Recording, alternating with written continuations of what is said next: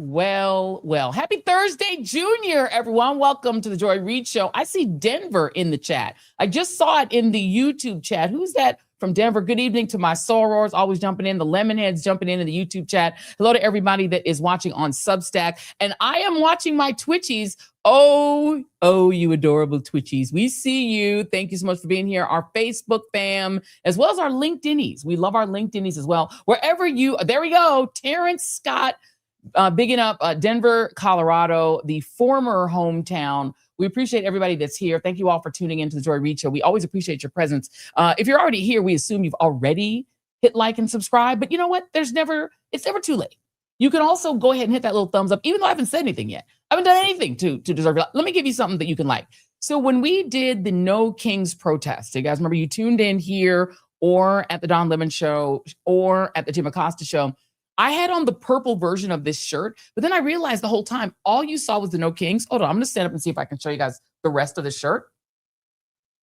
It says No Kings, just frogs.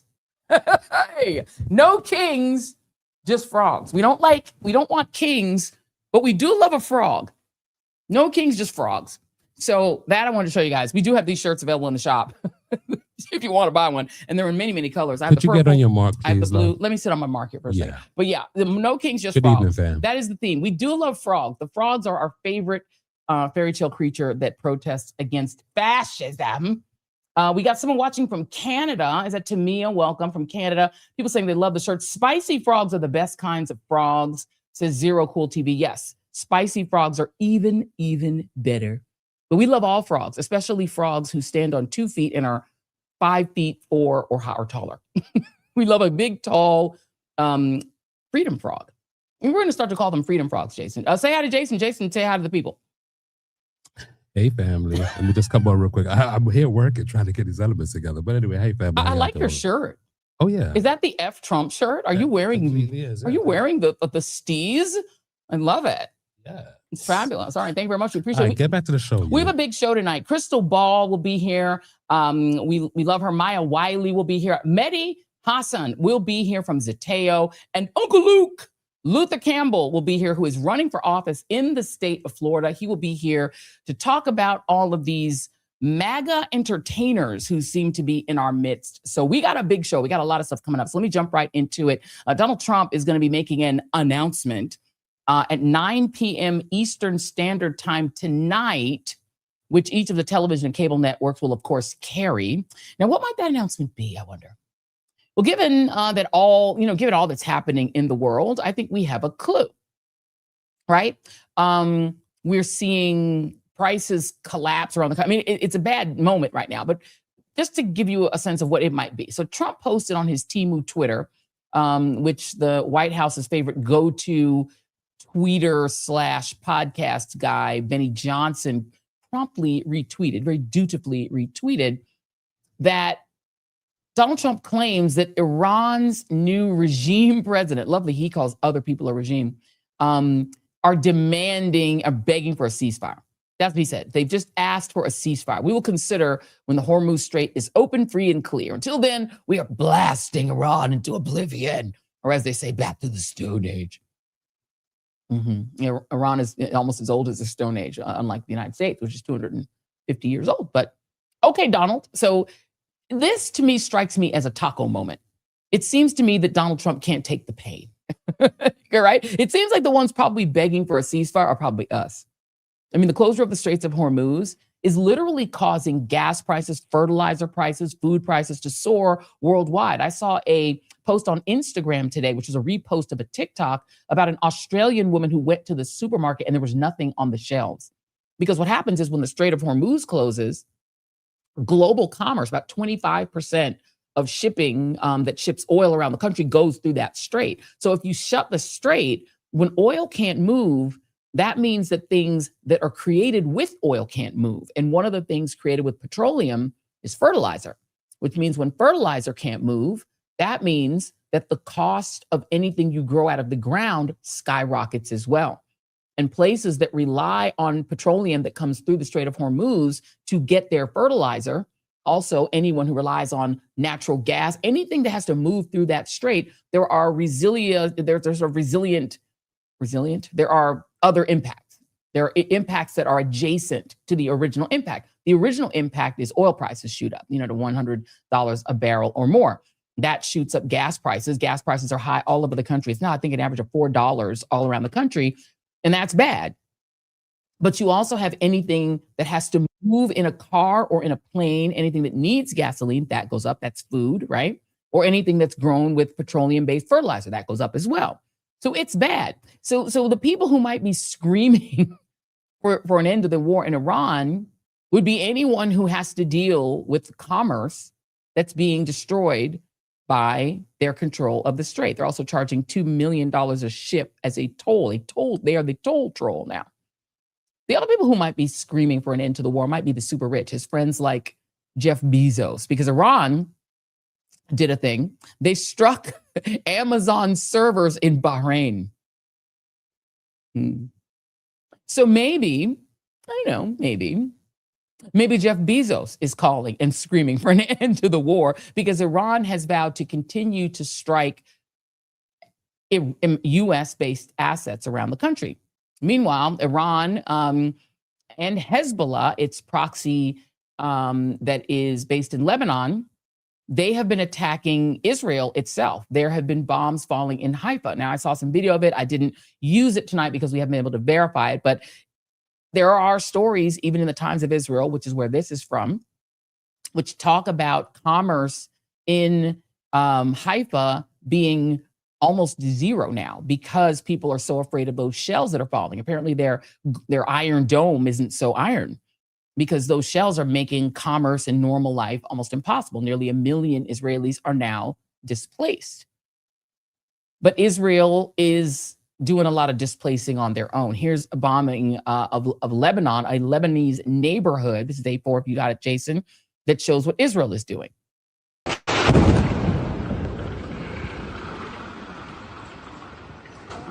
Blowing up apartment buildings, residential neighborhoods. They're effectively doing to southern Lebanon what they did to Gaza. And the emerging stalemate, one side hitting the other, Iran hitting neighboring Gulf states, hitting their oil tankers, hitting Israeli oil tankers, the back and forth of stalemate has raised serious and terrifying questions of what Israel might be willing to do to try to win this unwinnable war.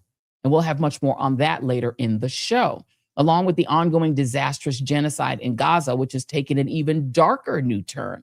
Mehdi Hasan is going to join us to discuss that. But let's get to some other news items in this sort of stranger than fiction news cycle. And some folks in the chat have noticed our amazing thumbnail tonight. Well, that thumbnail was inspired by one Christy, the puppy killer Noem.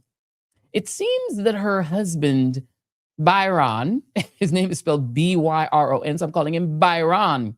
Byron apparently living 2 lives. One life is that he is the former first gentleman of South Dakota, where Kristi Noem was governor before she was the head of the Department of Homeland Security. By night, apparently Byron is hanging out in some naughty chat rooms. The Daily Mail got pics of Byron, apparently from a naughty chat room where he allegedly discussed his wife's alleged extramarital affair with her DHS underling Corey Lewandowski, while also dressing up in boob balloons and hot pants because he wanted to be a naughty, naughty little pretty princess. The Daily Mail posted this on Tuesday. They did an investigation in which they found that Byron Noem participated in online fetish forums from which the Mail uncovered hundreds of photos, videos, and messaging showing the former first gentleman of South Dakota dressed in pink hot pants and massive fake breasts, seemingly made of balloons. Byron also reportedly paid at least $25,000, he's got money to burn apparently, to chat with online models in the bimbofication scene, which fetishizes performers who have giant silicone injections and dramatic surgical enhancements. The Daily Mail spoke with 3 separate online models, one of whom claimed that she asked Byron, who was using the nom de guerre Jason Jackson, about rumors that his wife, Christy, was having an ongoing affair with her advisor and underling, Corey Lewandowski. And this is what the alleged online model said. Quote, I asked him about it, and his response was, I know. There's nothing I can do about it. Makes you wonder, why was Byron dressing up in pink panties and big boobies? I don't know. You recall that Christy and Corey were ousted from the Department of Homeland Security last month and reassigned after a series of disastrous congressional hearings at which California Representative Sidney Kamlager-Dove, who we love, delivered the coup de grace by asking Christy outright if she was having sexual relations with Lewandowski. Noem declared herself shocked and outraged, but she really didn't answer the question. The rumors about the two have circulated since she was the South Dakota governor, and both men should be careful since Christy has been known to shoot a puppy in the face and also excuse the shooting of people. One more strange story before we get to our guest, this one about someone I really generally don't talk about much, and that would be Charlie Kirk, the late deceased racist podcast entrepreneur and co-founder of Turning Point USA.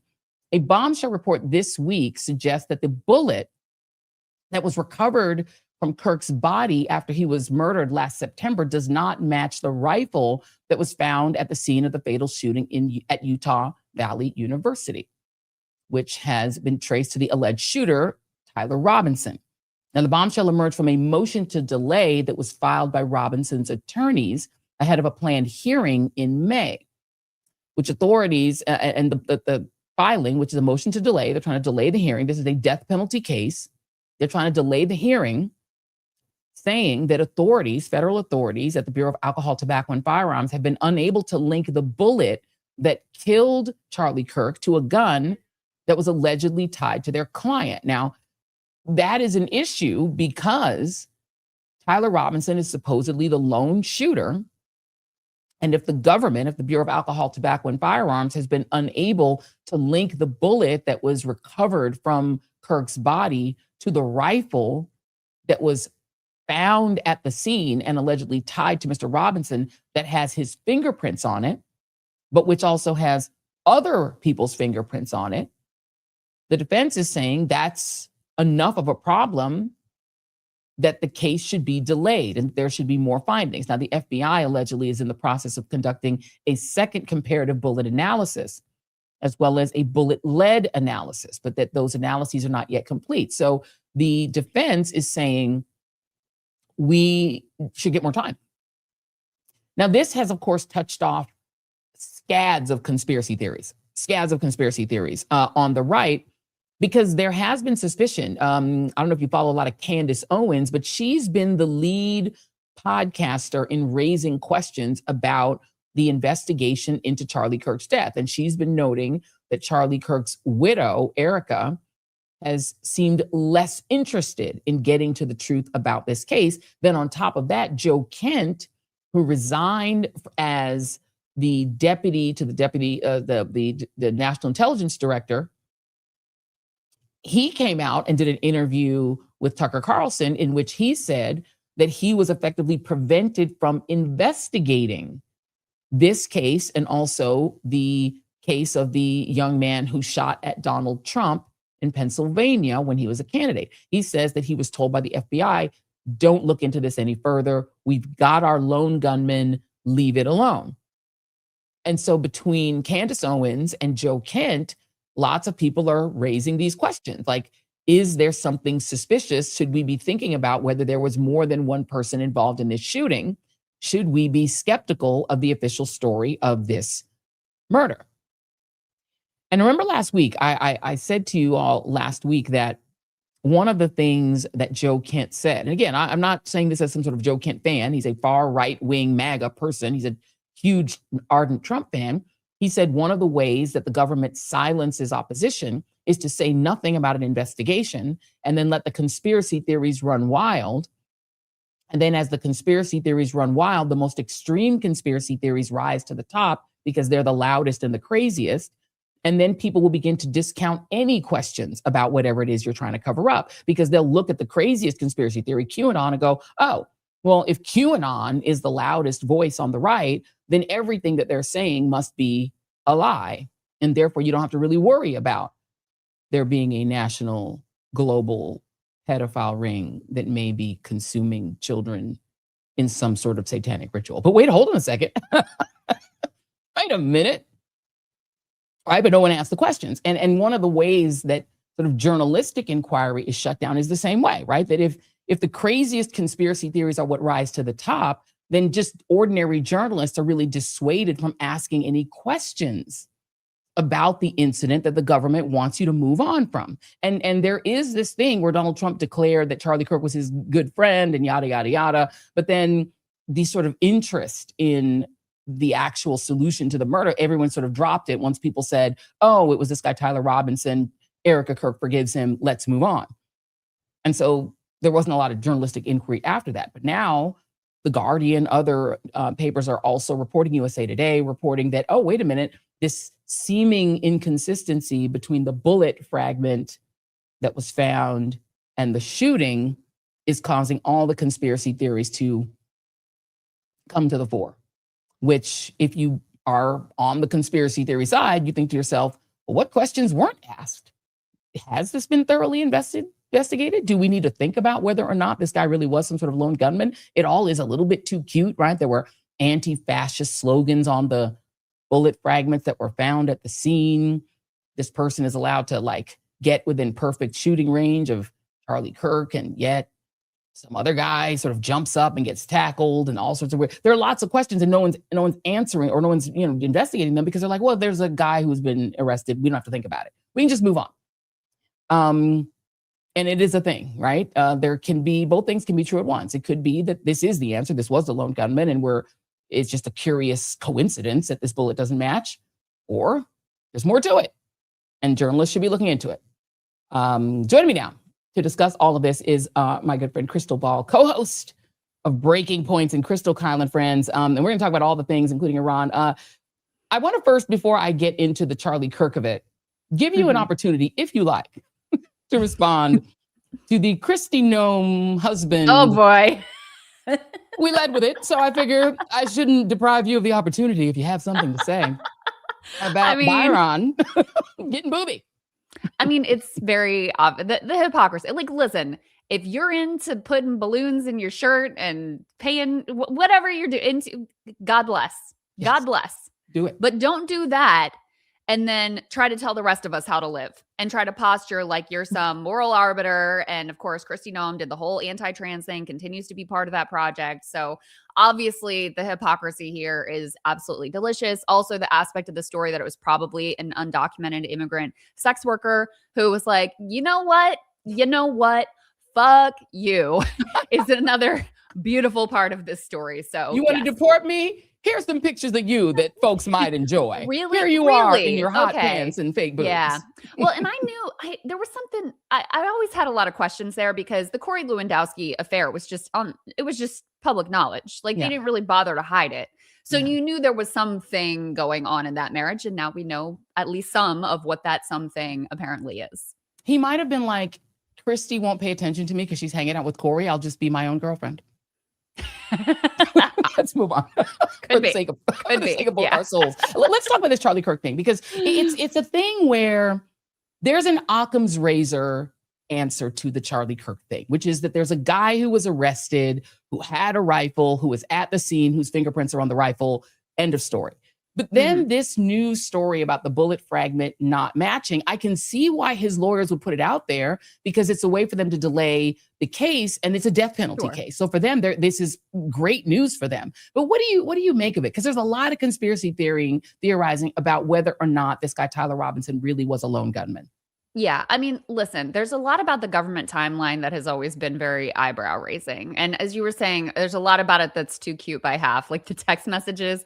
My love, here is my exact motive. And here's all of the details that you would need to know if you happen to be, an FBI agent who's investigating this crime. And who also happens to be trans and the perfect kind of opponent to the person who was killed. It's too perfect. Yes. And there were, going back to that moment, thinking about, okay, what was the timeline they would lay down? There was weird stuff about the outfits he was wearing. He was changing here and there. Why was he in this outfit and not in that one? And then the rifle was disassembled and reassembled in ways that were kind of eyebrow raising and didn't really make a lot of sense.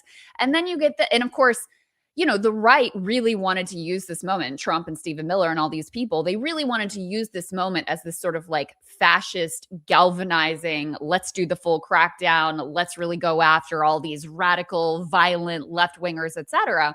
And then Candace Owens and others come in and are like, actually, we have some questions here. And it really took the wind out of their sails in terms of being able to go full authoritarian crackdown and use him as this like fascist martyr. So I appreciate all of the questions that are being asked here. But, to the point, beyond just sort of the tactical benefit of not allowing them to go fully in that direction, look, there are legitimate questions to be asked. And I think your point about Joe Kent and his comments about how, what they'll do is they'll just stay silent and let the craziest voices rise to the top. And then the whole thing is discredited. And then any legitimate inquiry seems like you're off in la la land. That's a very effective strategy. And it does make a lot of more mainstream journalists go like, this is kind of icky. This happened with the Jeffrey Epstein stuff too. Yes. And because there was this sort of like, it felt QAnon adjacent. And so a lot of mainstream reporters were like, we're just not going to touch this. Also, there were all sorts of, implications of different, people they may have been connected to as well. But, on this bullet fragment piece, I don't know, maybe it's nothing, right? They're saying, okay, it doesn't say it's not from that rifle. It says it's not conclusive, but there's no reason we should trust this government. There's no reason we should trust this story. I will say I've not seen an alternative explanation that makes more sense than the official story, right? People who are out there like, oh, Israel did. I mean, there's no evidence for that. There's a lot more evidence for Tyler Robinson, but there's no shame in looking into this and asking the questions in a legitimate way.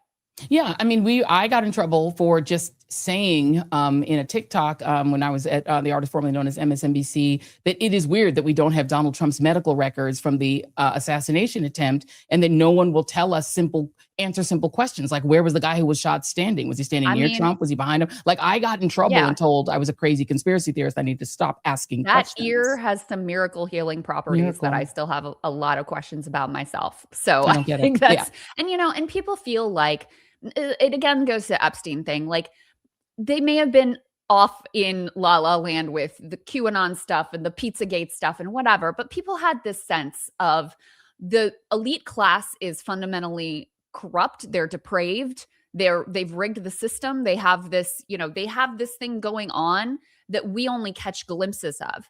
And that intuition was fundamentally correct. And the more that people, just said like, oh, there's nothing there with the Epstein files, or even Ezra Klein coming out and saying, well, I think he did these depraved things, and he also was this rich guy. And I think those two things were completely separate.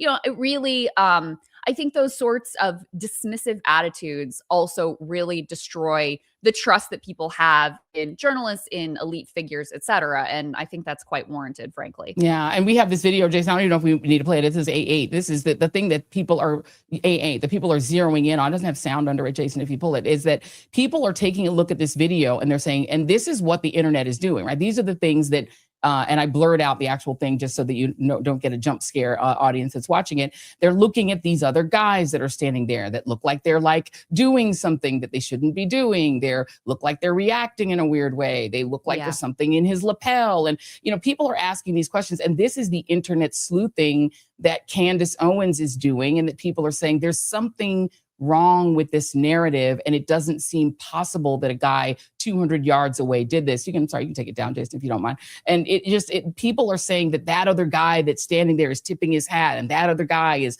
talking into his lapel. And so everything seems sinister because they aren't saying anything, and it doesn't feel like they're investigating.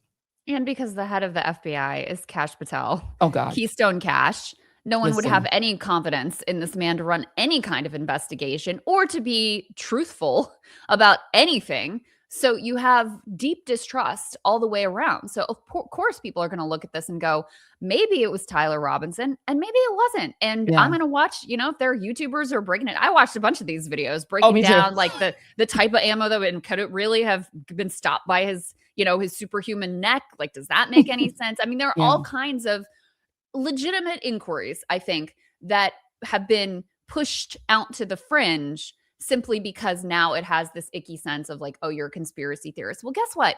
If you think you should trust this government or any other government by that, regard, but this one in particular, I think that is the truly Pollyannish or ridiculous or absurd tinfoil hat place to be. Yeah, I promise you, Twitter is going to find poor Nancy Guthrie before Kash Patel does. I mean, the FBI is so broken. They can't find Oh my this one poor gosh. woman. You know, they can't even do that. Let's talk about other things that we're told we shouldn't ask serious questions about, particularly when it comes to one particular country, and that is this Iran war. I've heard lots of explanations just from Donald Trump in one sitting about why we are at war with Iran. None of them makes any sense. And then you hear things like Jared Kushner getting a huge additional investment from Saudi Arabia days before, and somebody making really interesting trades on oil futures just before, hours before we started bombing Iran. And 7 visits from Bibi Netanyahu to Donald Trump and the Epstein file. There's so much to it. As you look into it, just as a journalist, can you get to a why? Because it, to me, still has not been explained. Why the hell are we at war with Iran? Yeah, I mean, I have some guesses, but I don't think anybody really, I mean, maybe even Donald Trump himself doesn't know what the particular cocktail of reasons is that we end up in this situation. But, you know, I think it's very possible that there's something implicating in the Epstein files because it is so mysterious how we, you know, how he decided to take us into this war. I don't think that that's something we can rule out given how much he is in those files. We have to assume Israel knows everything that's contained there. I think you do have, you know, personal self-interest. You talk about all the business deals, again, to not to keep bringing up the Epstein files, but you see the way that they view war as a profit-making opportunity. They don't see it as death and horror the way that normal human beings do. They look at this and they're like, oh, I can make money and I can gain more power. So these are the type of people that we're talking about. I think he was high off of his own supply after Venezuela, which he thought was some great, grand, beautiful thing, and that he could just replicate that in Iran. And then he's got, you know, Miriam Adelson or Kushner or certainly Netanyahu who are in his ear, and Huckabee and Mark Levin or whoever saying, yeah, it's going to be great. It's going to be easy. You're going to be remembered. It's going to be this historic legacy. That's one aspect of this that I feel like is under discussed, is how much the desire of these old men, Donald Trump and Netanyahu in particular, to leave some sort of a mark on the world is driving some of the decision making. And, you know, I think they're both historic villains. I don't really think they care whether that mark is for good or for ill. They want to be seen as great men of history, great villains potentially of history. I mean, I think that certainly is how they will be viewed. And they don't have to live in the world that they're authoring. So for Trump to take some gigantic risk and throw us into World War III and throw the globe likely into a global depression and risk nuclear Armageddon, he's got a Christian Zionist base that's all about that. And he's got his own sort of like old man legacy building rationale for why that risk is not so risky for him, because he's got his nuclear bunker under his ballroom anyway. Yeah, exactly. Well, by the way, a judge has said, hold up on that ballroom. We're going to talk about that a little bit later. Speaking of megalomaniacs who want to be seen as great men in history, Marco Rubio, I covered for him for a long time in Florida, and he's somebody who sees a president in the mirror and probably has since he was in junior high school. And he now thinks of this, right, as his moment. But he made a really ironic comment about Iran in between saying maybe we should rethink NATO because they won't let us have our way with their airspace and won't send warships to the Straits of Hormuz. Take a listen to this comment by Marco Rubio. Just this is A9. At the end of the day, I think that if there are people in Iran who now, given everything that's happened, are willing to move in a different direction for their country, that would be great. Imagine in Iran that instead of spending their wealth, billions of dollars supporting terrorists or weapons, had spent that money helping the people of Iran, you'd have a much different country. So we are always hopeful that that would exist over there. That's ironic, I feel. He's so close to getting it. So close to getting it. So close. You probably do know what Iran's annual military budget is. It's $10 billion. We're asking for $200 billion at least just for this one little excursion, as Trump calls it. Like the hypocrisy. Yes, imagine a country that didn't spend all of its money on bombs for little girls' school. Just imagine the utopia we could have. Many of us have imagined that. Many of us have pushed that. This Pentagon budget is $1 trillion, and Trump is asking to make it $1.5 trillion. And you have the gall to say this about the country that you already, by the way, went to war with before this war. Right. Like, you know, they have a lot of reason to feel that perhaps they would be under threat and need to invest in their self-defense, by the way. Yeah. What are you expecting to hear tonight from Trump? I think it's going to be more victory narrative I think he's probably looking at the polls, which he's now got a number that are in the low 30s in terms of approval rating. He's truly hitting rock bottom. He's looking at the volatility in the markets, the oil prices, gas prices are now up over $4 a gallon on average. And he's feeling like, all right, I better go out there and do my salesmanship. So, the reporting is he's going to more sort of pump up, oh, we've been beaten them bad and they're obliterated and we took out this and we took out that, and then pledge that it's going to be over in 2 to 3 weeks. But first of all, you can't take anything this man says seriously. And the Iranians don't, by the way. I mean, that's the reporting. Is they're like, oh, nothing he says really matters. We have to look at what he does and not react to his every utterance because he just lies like he breathes and oftentimes doesn't even know what he is up to. But the idea that he's going to just continue in the same direction and somehow wrap things up in 2 to 3 weeks, it's not his decision at this point. Nope. Even if he wants to taco, the Iranians get a say in it. They don't have there's no indications there that they're ready to make a deal or wind this thing down before they really make a squeal and make sure that an American president doesn't go back to war with them again. And the Israelis obviously have a say in this. Apparently we've given them a say in this, and they want to make sure that Iran is, chaos and destabilized, et cetera. So, I think it will be very difficult for him to find an off-ramp if that is indeed what he's looking for. Yeah. And speaking of Israel, it is a weird world in which it feels like the relationship between the United States and Israel is completely inverted. It's not clear who's the boss at this point, to quote the old TV show. But Israel is doing things that in the normal world, you'd think would earn them even opprobrium from the United States. CNN just had 2 of its crews detained and arrested, one in the West Bank. One was a Turkish CNN. They're all over the world. They're a global news network for simply doing reporting. Now, this isn't CNN's first rodeo. A CNN correspondent was detained in Los Angeles trying to cover protests there. So they've sometimes gotten detained in the U.S. too. But they're, detaining journalists, openly now bragging that they're going to open concentration camps. This plan to take all of the people in Gaza and move them into these camps that they are calling humanitarian cities, which is even the former prime minister, Ehud Olmert, has said that's a concentration camp and we're already committing war crimes. This is too much. They're not a good actor here. And I feel like the mainstream media, including CNN, are still not quite grasping that.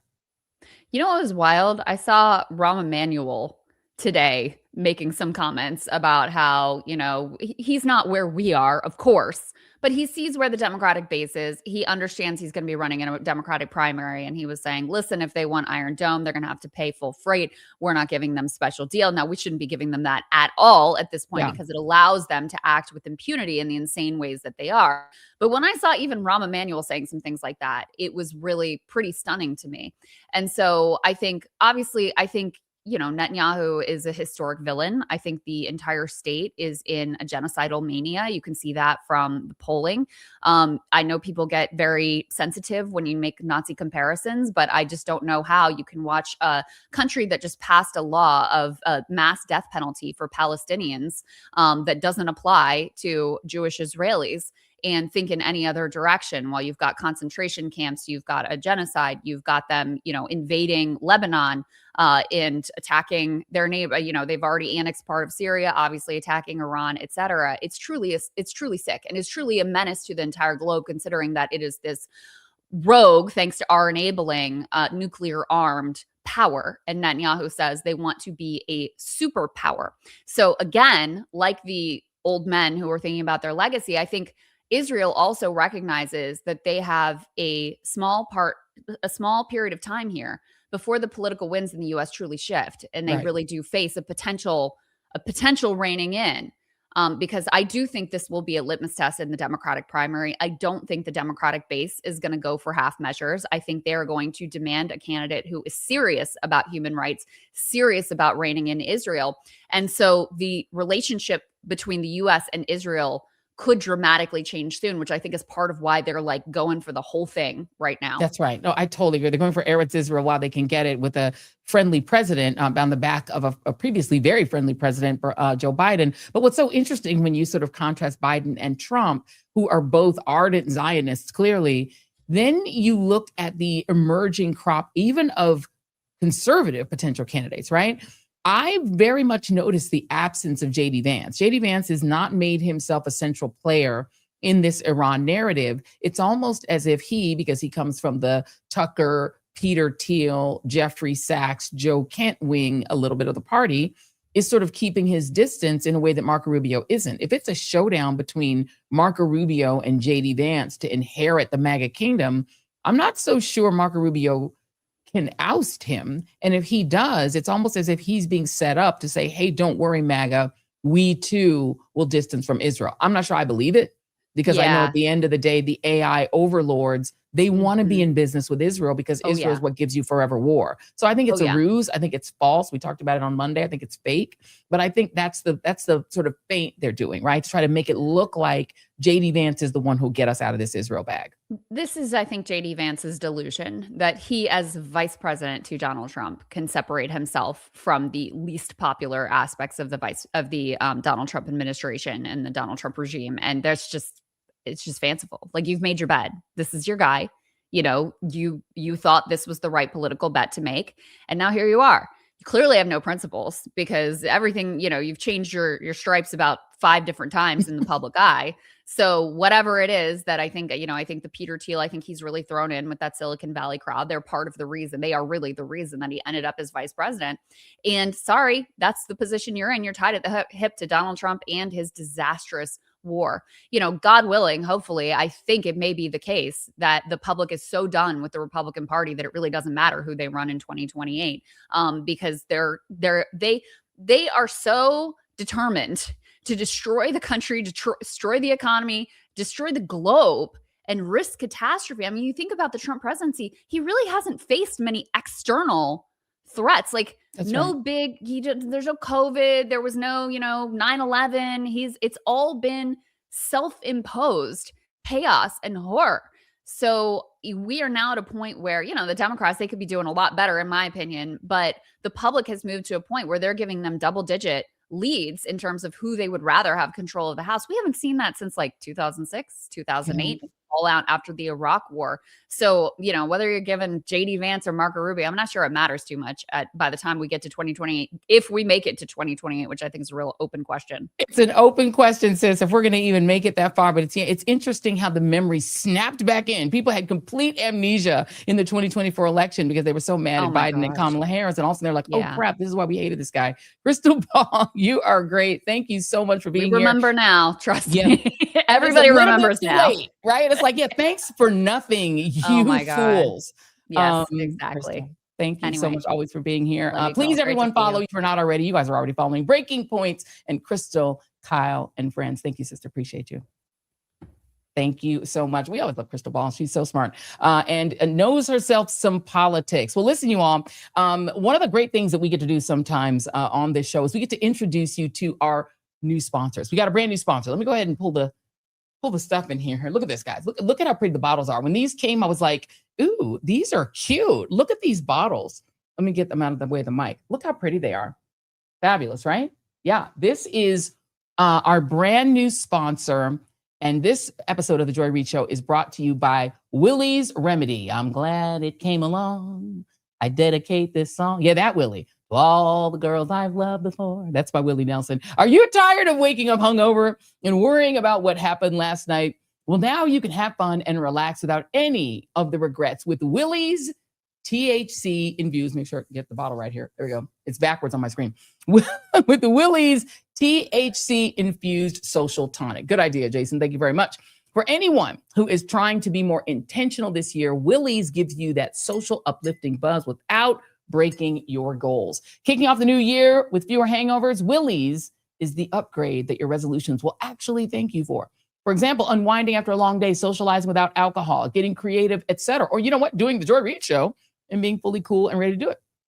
Finally, there's an alcohol alternative that actually works with an uplifting, euphoric buzz that you can actually feel without any of the negative side effects.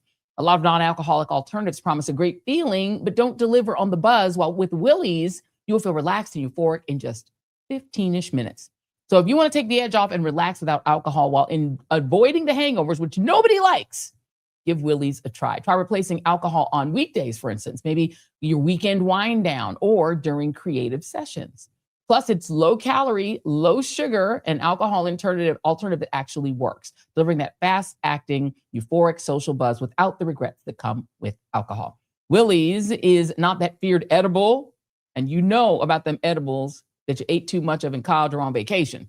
Each bottle of Willie's third-party lab tested for accurate dosage so that you can trust and customize your experience. And by the way, Willie's, when it came out, it sold out 3 times in the first 6 months with more than 50,000 plus happy customers, and they just now restocked. They also ship directly to your doorstep in 40 states. Order now at drinkwillies.com, and all you have to do is use the code JOY, because why wouldn't you, for 20% off your first order, plus free shipping on orders over $95. And you can enjoy life in the high country. I'm glad it came along. I dedicate this song to all the drinks I've loved before. That's Hey, Joy, do me a favor. Could you remove that bottle that's on your right? Yes. This one. It's in the way. Just get him out the way. Yeah, look at it. Look on the back. You can see Willie. You see him there? I don't know if you guys can see him. I'm trying to hold it, but it's backwards on my screen. There he is. There. I'm glad he came along. I dedicate this song. Y'all don't want to hear me sing Willie Nelson no more. But I love Willie Nelson. Can I just say I'm an OG Willie Nelson fan? Willie Nelson has always been great. What was that song that he sang with Julio Iglesias? Do you remember that? Julio Iglesias and Willie Nelson did a song together. They said Willie's for Aries, bro. Yes, Aries season is here. All y'all Aries, y'all so emotional. Y'all can get even more emotional if you drink this. All the emotional Aries, go ahead and get this drink. It's really good. I mean, somebody says, my type of drink, I like to fly. Look, if you are actually flying, these airports are terrifying. The whole idea of getting on a plane right now, I think I need some Willies to get on the plane. All right, let's move on. You know who else probably needs some Willies? Donald Trump. Because, he don't drink, by the way. You know that all that foolishness, he's doing that sober. He needs some Willies. He might need some Willies just to get through it. This is the kind of week that your president is having. A federal judge yesterday ordered the Trump administration to pause construction on Donald Trump's beloved now $400 million White House ballroom, absent express authorization from Congress. U.S. District Judge Roger Leon, a George W. Bush appointee, wrote that no statute comes even close to giving the president the authority he claims to have, granting the National Trust for Historic Preservation's request for a preliminary injunction blocking further work on the project. The trust is who runs the actual facility. The president of the United States, the judge said, is the steward of the White House for future generations of first families. He is not, however, the owner. That's what the judge wrote in his opinion. The order will go into effect in 14 days, which gives the Trump regime time to appeal. Now, meanwhile, today, Donald Trump, without his Willies, rolled up to the Supreme Court in person this morning to listen to his Solicitor General, John Sauer, who's the same guy who successfully argued to John Roberts that Trump could use SEAL Team 6 to assassinate his political opponents. Watch him argue in favor of his executive order ending birthright citizenship. Here is some of how that went. How does this work? Are you suggesting that when a baby is born, people have to have documents, present documents? Is this happening in the delivery room? How are we determining when or whether a newborn child is a citizen of the United States under your rule? And I think that's directly addressed in the SSA guidance that's cited in our brief. What SSA says is there's currently a system where, for example, Social Security numbers are generated based on the birth certificate. They say this can still be, for the vast majority of instances, completely transparent. You will still get a... No, not transparent. I'm just talking about the particulars, because now you say your rule turns on whether the person intended to stay in the United States. And I think Justice Barrett brought this up. So are we bringing pregnant women in for depositions? What are we doing to figure this out? No, as I pointed out earlier, the executive order turns on lawfulness of status. So if you give birth to a baby in the hospital right now, it gets the birth certificate in the system. There's a computer system. So there's no opportunity. There's apparently no opportunity then for the person to prove or to say. Do you think Native Americans today are birthright citizens under your test and under your friend's test? I think so. I mean, obviously they've been granted citizenship by statute. Put aside the statute. Do you think they're birthright citizens? No, I think the clear understanding that everybody agrees in the congressional debates is that the children of tribal Indians are not birthright citizens. I understand that's what they said, but your test is the domicile of the parents, and that would be the test you'd have us apply today, right? Yes. So if a tribal Indian, for example, Are tribal gives up members allegiance to born today birthright citizens?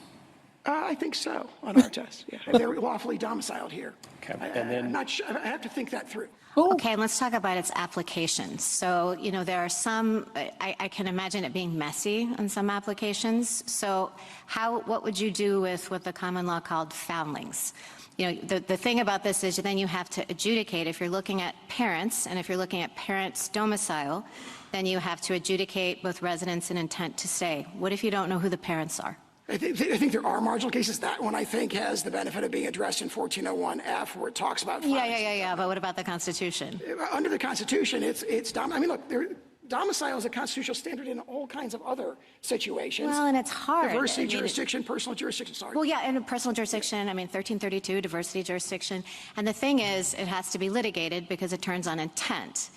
And the virtue of both jus soli and jus sanguinis, whichever one you pick, it's a bright line rule. Their interpretation has made a mess of the provision. Well, it certainly wasn't a problem in the 19th century. No, but of course, we're in a new world now, as Justice Alito pointed out, where 8 billion people are one plane ride away from having a child who's a U.S. citizen. Well, it's a new world. It's the same Constitution. Bloop, even John Roberts and Amy Coney Barrett were like, say what now, man? Joining me now is Maya Wiley, President and CEO of the Leadership Conference for Civil and Human Rights. Hello, my friend. And Sora, I listened to this argument today and was actually surprised what a cold reception John Sauer, who a lot of the chat is noting does sound like RFK Jr., got. Well, look, why did the Supreme Court take the case in the first place? Just to begin with, of course, he should have gotten frankly, I think he should have gotten even a colder shoulder. But in the beginning of this, the whole question is, why'd you even take it? You have a Constitution, even as textualists, as the people who say, plain words of the Constitution, that's what we're going with. Well, the words are plain. Can we put them up, Jason? Can you put them up? Let's put them up on the screen. I think we have. This is B2, Jason, if you got it. Because they're like not in judicialese. It says all persons born or naturalized in the United States and subject to the jurisdiction thereof are citizens of the United States and of the state where they reside. Exactly. So you have text being clear. You've got in 1898, the Supreme Court saying, born here citizenship, about someone whose parents were legal permanent residents, not citizens. And yet that child born here was considered a citizen because of the 14th Amendment. And then, of course, there was the federal law that actually said, that's what the Constitution says, and we, Congress, are enshrining it in a statute. So there's really no gray here. So the fact, and 3 federal courts had said, the Constitution is plain, we're going to block this executive order for a president who can't, as Juan Prano from LULAC, a friend of mine and a member organization was plaintiffs in the case, said, you can't erase a constitutional right with a Sharpie. So there you have it. You have it. And that is, so for us, even the fact that it was there was a problem. And a concern to even legitimize the argument was bizarre in my view. But he should have gotten a colder reception, but it was pretty clear the justices were saying, excuse me? It was interesting hearing Clarence Thomas actually ask a question. He, of course, asked a question about Dred Scott. I didn't even bother to use it because why? But there was another person that actually finally got to the original question that was at stake in the enshrinement of the 14th Amendment, which was enslaved people. Here's Amy Coney Barrett, of all people, asking, I think, a quite relevant question about the original beneficiaries of the 14th Amendment. That creates allegiance. That's General, you said in your reply brief that the children of slaves who were brought here unlawfully, in defiance of laws forbidding the slave trade, would in fact be citizens. And we can imagine that their parents were not only brought here in violation of United States law, but were here against their will, and so maybe felt allegiance to the countries where they were from. And you say that the purpose of the 14th Amendment was to put all slaves on equal footing, newly freed slaves on equal footing, and so they would be citizens.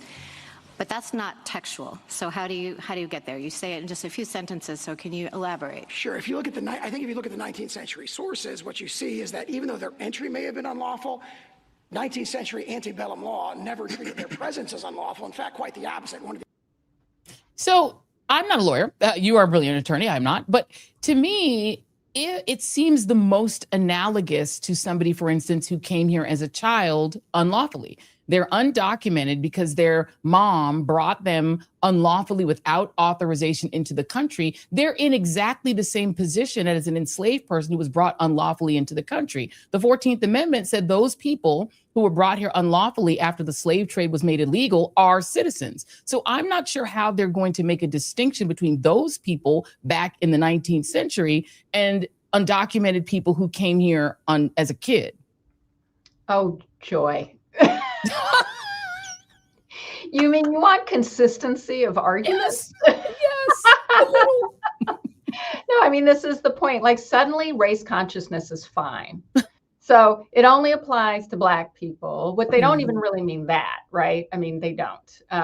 They want to drive this argument. There were arguments today from Mr. Sauer that were essentially driving this fear of the millions of hordes of people from what Donald Trump would probably call shithole countries to the United States so that they could bear children here and claim citizenship. I mean, it's fear mongering.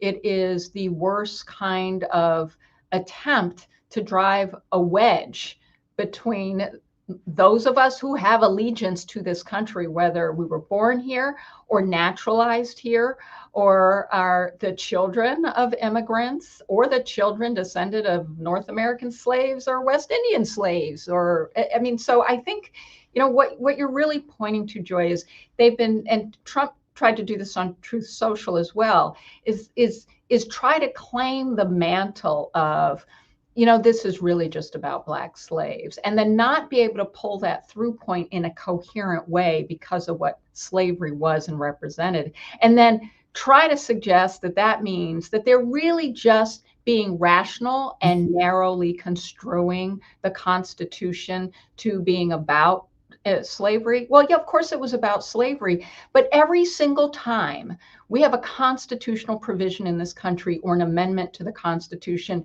anything we have that's constitutional applies to everyone by definition.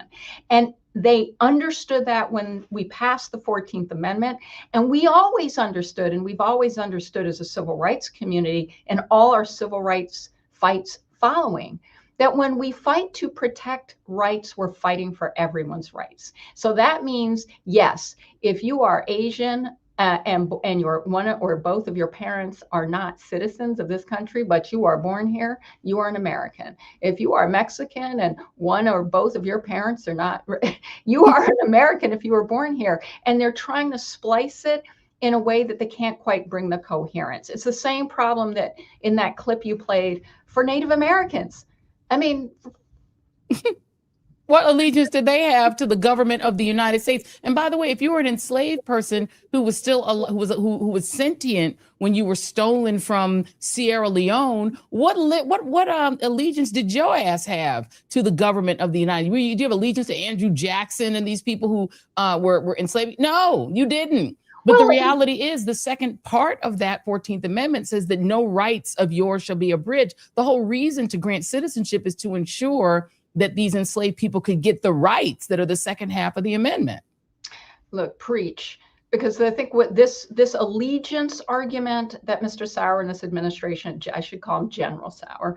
I'm just sour on him. So, but the argument about allegiance is a really dangerous one. But it really elevates and makes plain what this is about, because the Constitution doesn't say you are a citizen because of allegiance to this country. It says you're a citizen because you were born here.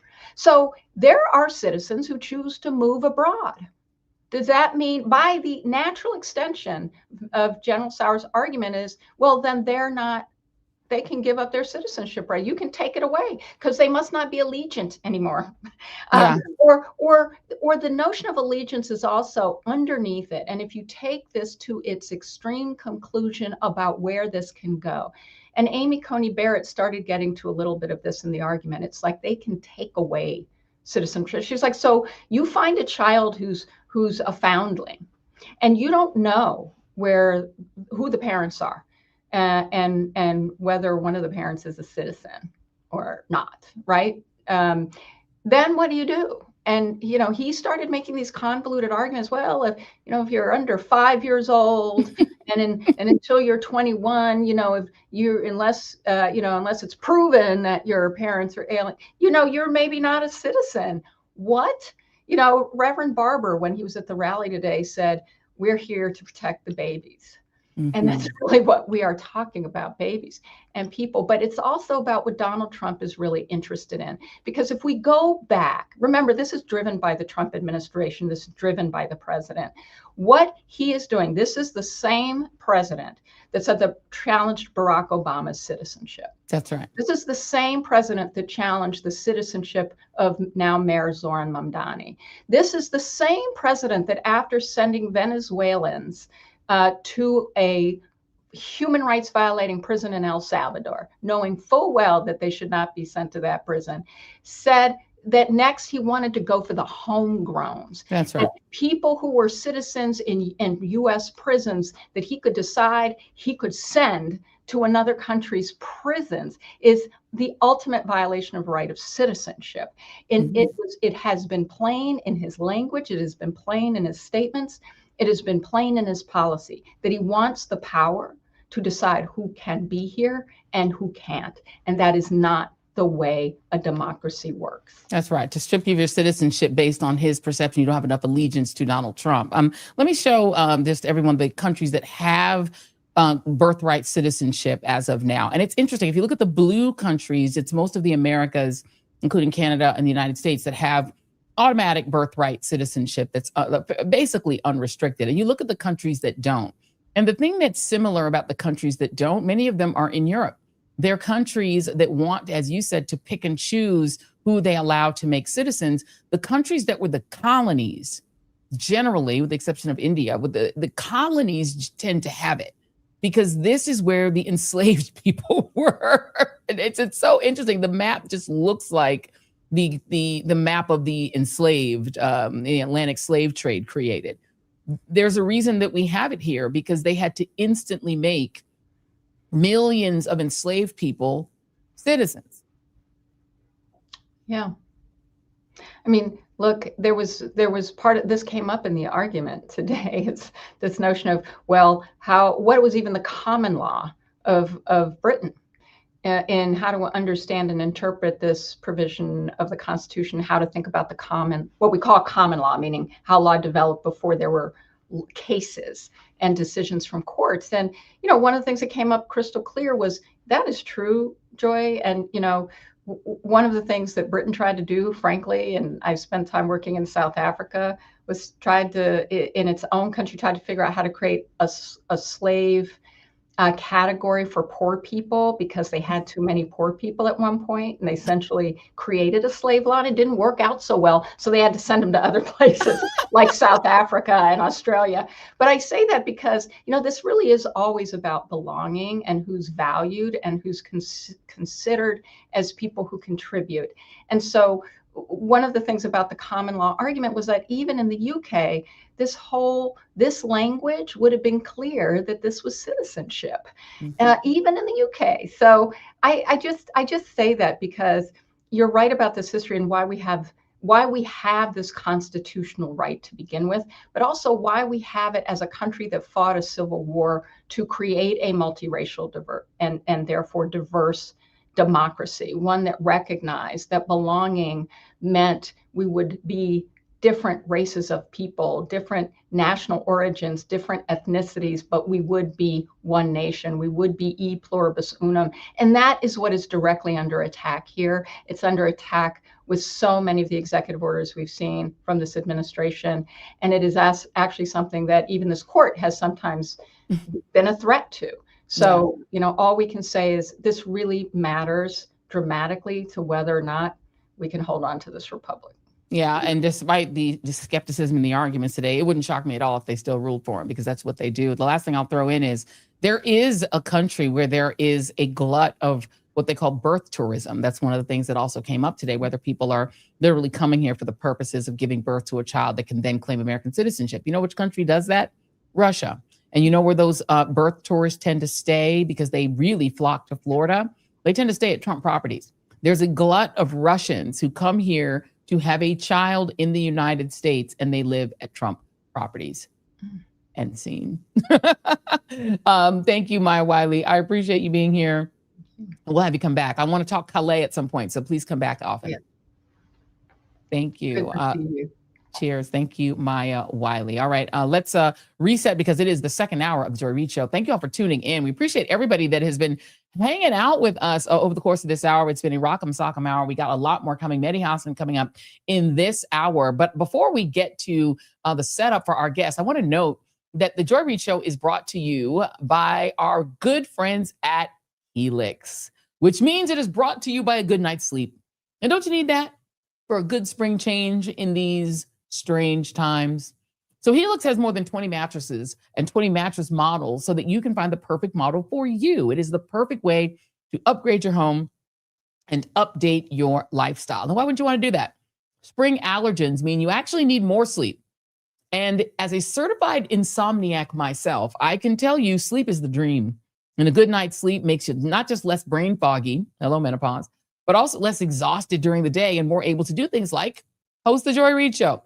A study has found that 82% of people who switched to a Helix mattress saw an increase in their deep sleep cycle. And that means more restful, more body restorative sleep. And Helix makes buying a spring breeze, offering free shipping and seamless delivery, delivering your mattress right to your door with free shipping in the US and a 120-night sleep trial and limited lifetime warranty. The Happy with Helix guarantee means that you rest easy with seamless returns and exchanges, making buying a Helix mattress a risk-free, customer-first experience designed to ensure that you get a completely wonderful mattress that you are totally satisfied with. And Helix is the most awarded mattress brand, tested and reviewed by experts like Forbes and Wired. Now, if you want to get your Helix, just go to helixsleep.com/joy and take the Helix sleep quiz to find the perfect mattress for you. We did it, and we chose the Helix Twilight Elite King with a Glaciotex Elite cooling cover. Like, we did the whole little quiz, and that's when it came up first. We're like, okay, that's what we want. Plus, we got the premium mattress topper with Glaciotex in King Luxury. So that's what we're buying, and that's what we're going to be sleeping on, and that's what we're going to get a good night's sleep. If you want to do that, you can go to helixsleep.com/joy and get 20% off site-wide. That's helixsleep.com/joy for 20% off site-wide. And make sure you enter our show name after checkout so that they know that we sent you. helixsleep.com/joy. Thank you all for tuning in. We really appreciate Helix. We love our sponsors. They are the reason that we're able to be here and do this independent media thing. Be sure to hit like and subscribe if you have not done so already. Note that it is only about 45% of people who watch on YouTube, or maybe Substack's a little bit better, but on YouTube, we know that it's about 45% of people who actually watch tend to actually be subscribers. Lots of people lurk, they watch, they enjoy, they may even hit like, but they don't hit subscribe. Hitting subscribe is free. Just do it. Why wouldn't you?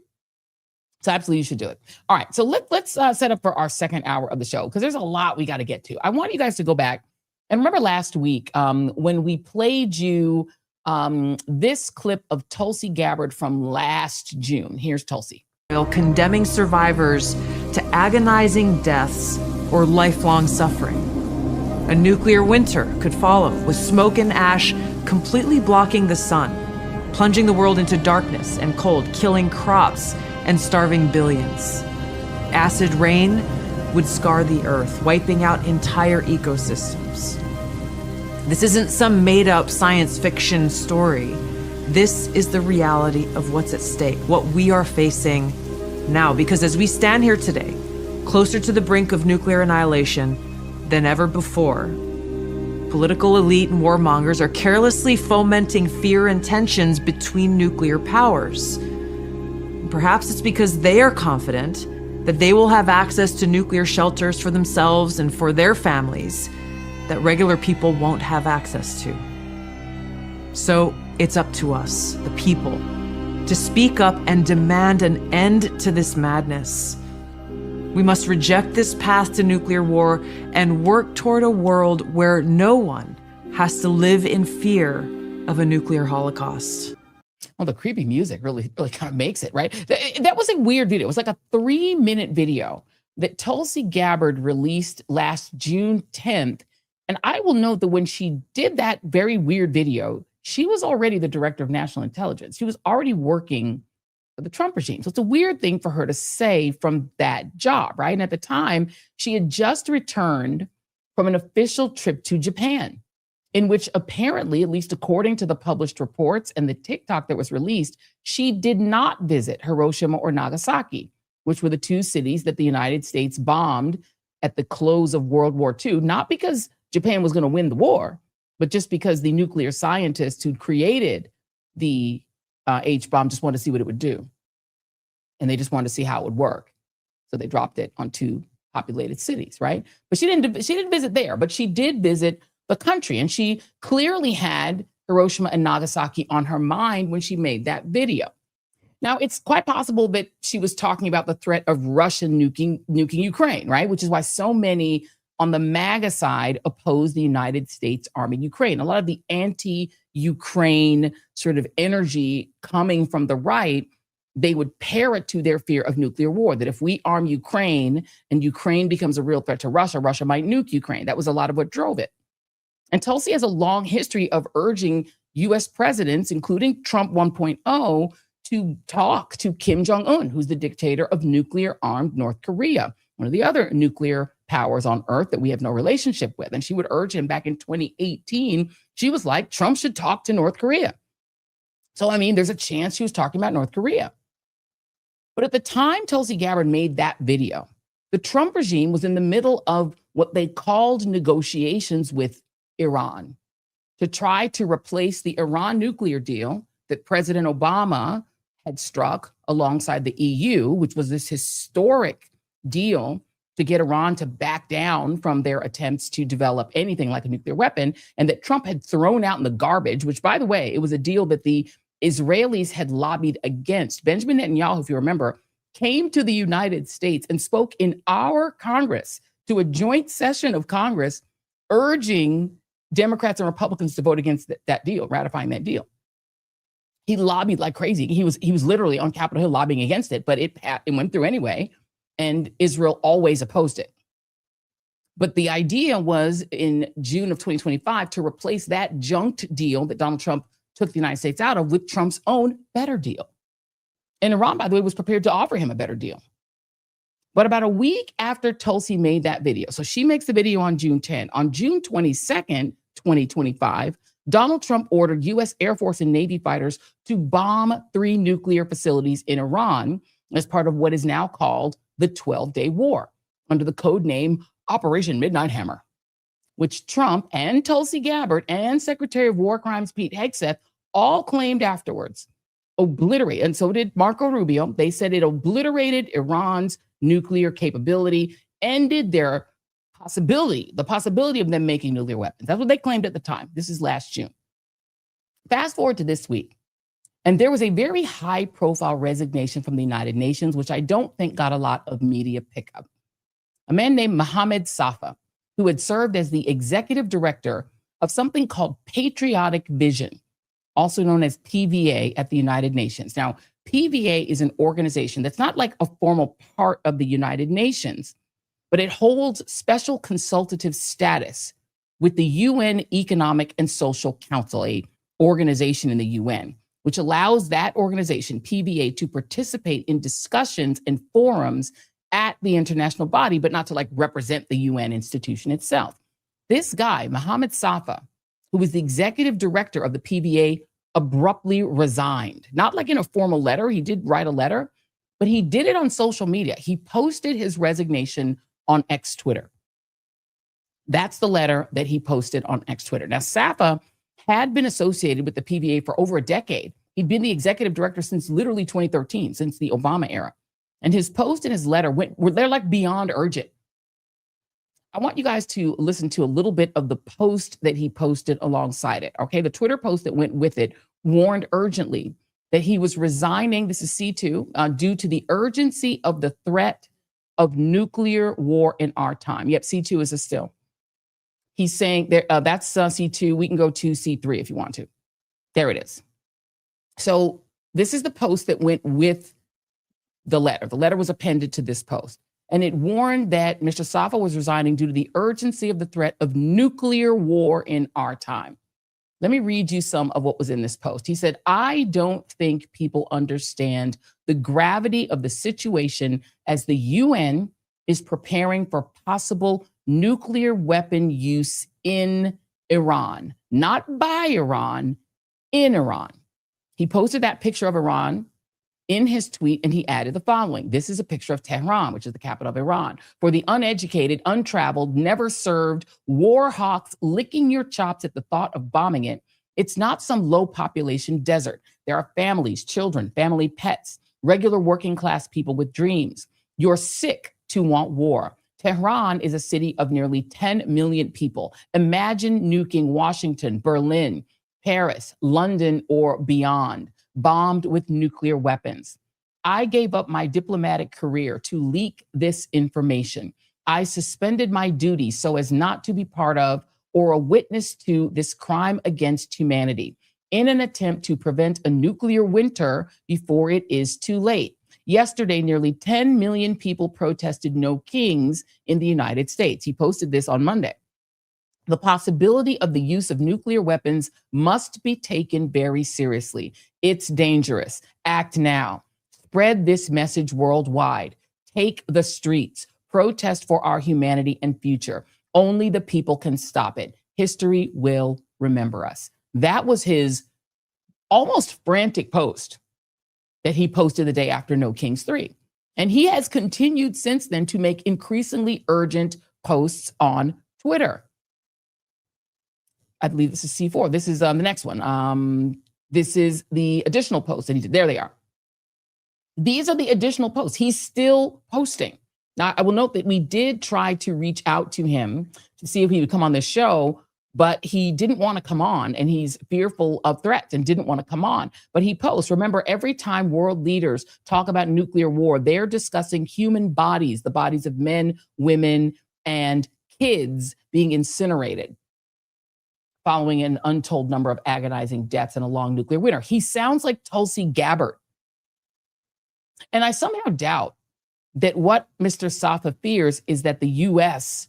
will nuke Iran, right? Despite the U.S. literally being the only country that's ever used nuclear weapons on another country, on Japan, on Nagasaki and Hiroshima.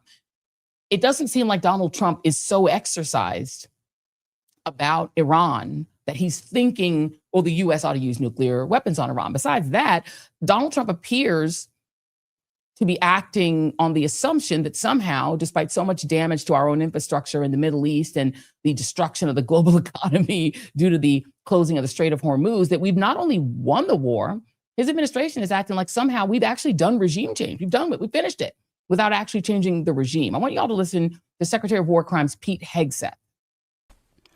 But if Iran is wise, they will cut a deal.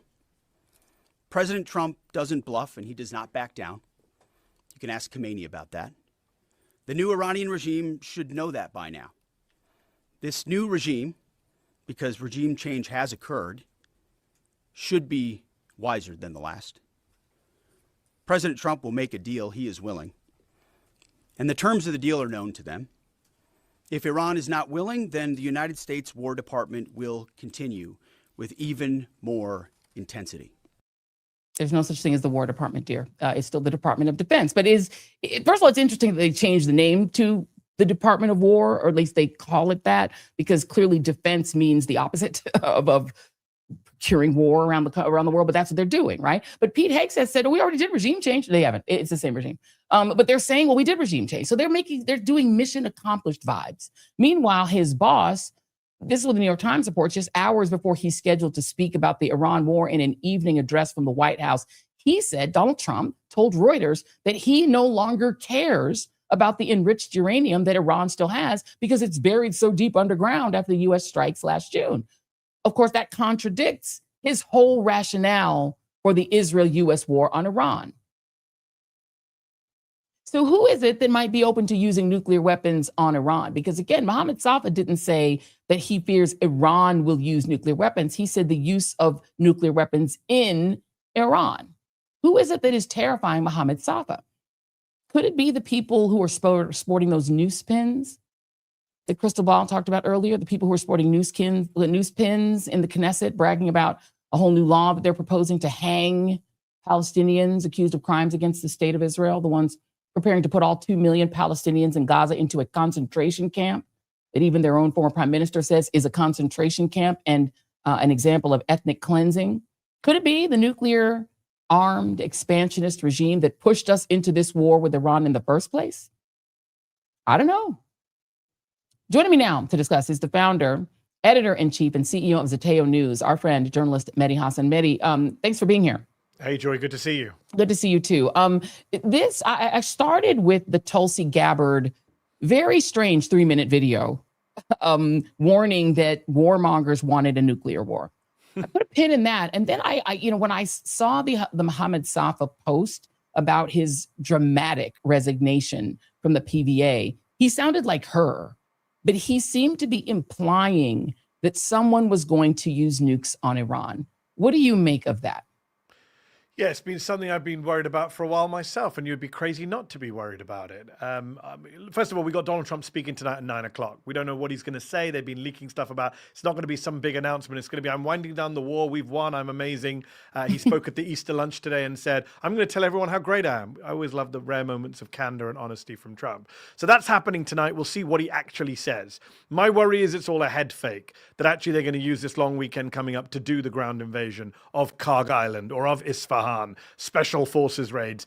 There's reporting today in the media that Donald Trump is personally overseeing the complex plan to send U.S. Special Forces into Isfahan to get out the uranium. Why? Because it sounds like a Hollywood action movie, and Donald Trump loves Hollywood action movies. This is the guy who insisted that he be in Home Alone 2 if they use his hotel as the backdrop, right? This is a guy who said Venezuela looked boom, boom, boom like a TV show. So that's what he wants. Good luck to those U.S. Special Forces personnel whose lives will now be dependent on Donald Trump sending them into a hostile territory surrounded on all sides by a hostile nation and hostile armed forces. So I still worry about armed forces. And then once you have a ground invasion, whether it's of Karg Island, where they become sitting ducks, whether it's of Isfahan, where they may not be able to get out, if, God forbid, American troops start coming home in their body bags, in their dozens, in their hundreds, then does that become an excuse for Donald Trump and Pete Hegseth and others to escalate further? That is the nightmare scenario, right? Because the American public are never going to accept the use of a nuclear weapon for a war they don't already support, the most unpopular war of our lifetimes. But if Donald Trump can say, look, they've massacred American soldiers, or if he can say, look, there's a terrorist attack at home, God forbid, then yes, I do believe he could escalate to quote unquote tactical nuclear weapons. We are the only country in history to have used nuclear weapons against human beings. That was the United States in 1945, Harry Truman. And I'm super worried about it. It would be crazy not to be worried about it. Donald Trump is a man who asked his aides in his first term, why can't they use nukes to stop a hurricane? That was a question he asked his team in his first term. John Kelly and Jim Mattis, both retired Army generals, his defense secretary and his chief of staff in his first term, they made a pact with each other that never would there be a time where both of them are out of the country, because one of them always had to be around to stop Trump from firing nukes. And the thing is, there's both the erratic nature of Trump, which you have so ably described, and his sort of zeal to use the military like a toy, right? He thinks these are all toys he can play with, and that he knows more about the military than any general, so he can design the plays himself, which is absolutely bonkers.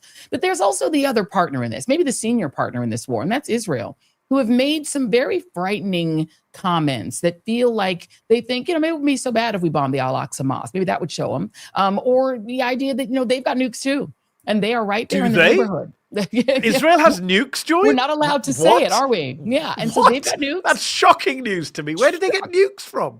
It's so interesting, right? Wow. So they've got nukes. I thought Iran had nukes. Oh, wait, Iran doesn't have any nukes, but the country bombing Iraq, Iran, is Israel. The only country in the Middle East with nuclear weapons is Israel. It is not a signatory to the NPT. By the way, my favorite argument about why Israel doesn't need to open up its nuclear facilities to IAEA inspectors, as Iran has, is they say, well, we didn't sign the treaty, which is, okay, well, then no one should sign the treaty. That's like, well, then Iran can pull out of the treaty, North Korea, et cetera, et cetera. The whole thing is a joke. For years, people have tried to have a weapons of mass destruction free zone in the Middle East. There have been UN resolutions passed to call for a WMD free zone in the Middle East. It is Israel that is the barrier to that, because Israel is the one that refuses to even acknowledge its nuclear weapons, 200 or so warheads, let alone allow any kind of inspections. And by the way, the UN Security Council passed a resolution in 1982 or 3, I want to say, which called for, UN Security Council resolutions have the force of international law, called on Israel to open up its nuclear facilities to the IAEA. They've been in violation of that nuclear resolution for more than 40 years. Meanwhile, Iran went out of its way to bend over backwards, go beyond the NPT, sign up to the JCPOA, give up part of their own NPT rights, and still they got screwed by the United States government, by Donald Trump in his first term. And I've got to add, by Joe Biden in his second term. I interviewed Ben Rhodes, you and I both know Ben, former Deputy National Security Advisor under Obama, one of the key people behind the JCPOA. He said to me recently, Joe Biden has to take ownership for some of this. He did not do what he said he would do, which is go back into that Iran nuclear deal. He dragged his feet. He kept the Trump maximum pressure campaign. He wouldn't lift sanctions. And the whole thing fell apart and allowed Trump to come back in and escalate again, just as he had done in his first term. So we are where we are because, as you say, Israel got a pass. Iran's nuclear deal was never rewarded with any kind of return into the community of nations. And look, again, do you trust Ben-Gvir and Smotrich and Netanyahu and these people with nukes? No, of course not. When we talk about Iran is run by religious zealots, check out Tel Aviv. Right. And the bottom line is these people are walking around in golden noose pins and dreaming of Eretz Israel, in which they would eat up pieces of 5 neighboring countries in order to triple or quadruple the size of the country. I mean, and they are running the country. Let's just be very clear. Ben-Gvir, Smotrich, they run the country. Yes. And the only way that Bibi hangs on is to let them do whatever they want. And right now they're gobbling up the West Bank. Settlers are basically running Palestinians off of their farms, out of their homes, forcibly ejecting them, killing them, with the IDF assisting. And they're talking about putting all 2 million people in Gaza in a concentration camp, openly talking about that. The idea that they wouldn't resort to nuclear weapons on Iran, to me, seems fanciful, because they are, as you said, they're the only nuclear armed power in the neighborhood. If anyone has to fear a nuclear attack, it has to be everyone who lives near Israel. Yes, and by the way, the Turkish government is now being targeted by Israel. And Naftali Bennett, former Prime Minister of Israel, said, "You're next," basically, words to that effect.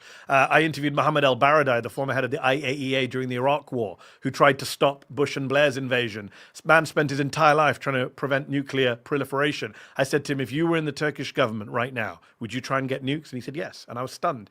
And he said, yes, because why wouldn't you? Right now, it's rational for every country in that region to want to get nuclear weapons. Unfortunately, Donald Trump is the father of nuclear weapons in multiple countries, probably. I think history will look back and say Trump is the reason multiple countries decided to get nukes. At a time when we were trying to head towards disarmament at a global level, we now have regional rearmament or armament with nukes. You're right. Look, the Israelis, why would we trust them? The heritage minister threatened shortly after October 7th that we could drop a nuke on Gaza, if you remember. He was suspended from the cabinet for a few hours for making that genocidal threat. And you're so right, Joy, to say that Smotrich and Ben-Gvir are driving this. It does my head in for the last couple of years listening to Israelis or people who claim to be experts about Israel say, those guys are fringe. They're minor. Their party's only got a few percentage points of the vote. And it's like the treasury minister, the finance minister, and the national security minister of the Israeli government are fringe figures, apparently. Smotrich runs the West Bank. It's part of his portfolio. He is the de facto governor of the occupied West Bank. Ben-Gvir hands out guns to people in the West Bank, US-funded guns, to settlers in the West Bank, which they use then to kill American citizens, Americans killed in the West Bank. The idea that these people are fringe is insane. And by the way, even if they were fringe, they're members of the Israeli government. Therefore, when Netanyahu doesn't fire them, his silence is complicity. It's like, I always think to myself, if under Joe Biden, if Gina Raimondo, forgive me, Gina, for using you as the analogy, if Gina Raimondo had said, let's kill all the black people, and Biden said, it's fine, she's just the commerce secretary, we wouldn't be okay with that. She would be fired. It would be a huge scandal. It is like, he's only the treasury minister. He's only the finance minister. It's fine if he calls for genocide.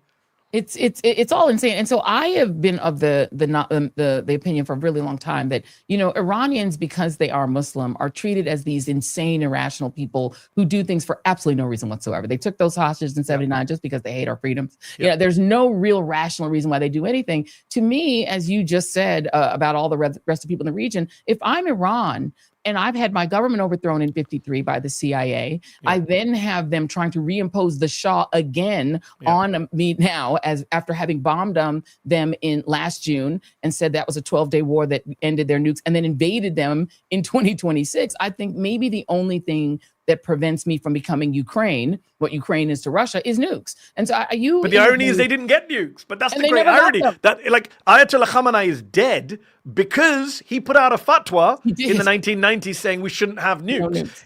We will look back on Khamenei for all his sins and crimes as a more moderate figure in the Iranian regime compared to what comes next, because there were hardliners telling Khamenei we should get nukes, and he's the one who stopped it. You could say it was for religious grounds, pragmatic grounds, whatever it is. They didn't build nukes. The consensus view of the US intelligence community is that there was no work done on nuclear weapons in Iran since 2007 at a very minimum. So when Marco Rubio said, by the way, in that video that's going viral today, that there's no doubt Iran was trying to get nukes, he's lying. His own intelligence colleague, Tulsi Gabbard, said in Congress last week, no, they're not building nuclear weapons, nor have they given an order to do so. So the irony is, yes, you're right, Joy, from a purely realpolitik, from a purely realistic international relations point of view, they should have got nukes, given the threats. I wrote a piece for The Guardian maybe 13, 14 years ago saying, if I was an Iranian politician sitting in Tehran, looking at a map of my region, looking at India with nukes, Pakistan with nukes, Israel with nukes, and the US next door in Afghanistan and Iraq with nukes, why wouldn't I get nukes? And people attacked me and said, you're an Iran apologist, just because if you dare to try and understand what your adversary or your opponent is thinking, suddenly you're an apologist. You can never explain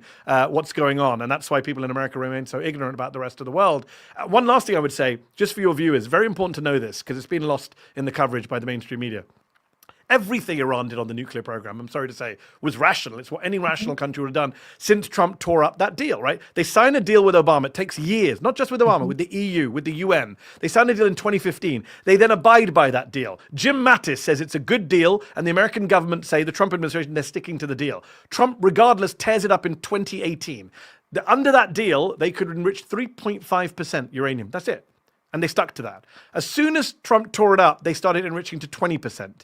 And then Joe Biden comes in 2021 and says, I'm going to do a deal with Iran. I'm going to try. He failed, as we mentioned earlier. He says, I'm going to start negotiations. In April, the minute he says that, the Israelis launch a cyber attack on Natanz and attack the nuclear facilities. What do the Iranians do next? They start enriching to 60% as a bargaining chip. I interviewed an Iranian foreign ministry official last week. He said, yeah, we were doing it for leverage. Of course we were. So at every step, we're like, oh, why? You have these discussions. These crazy Iranians, why would they enrich to 60%? Well, look at the timeline. They did it every time we tore up a deal or we attacked them.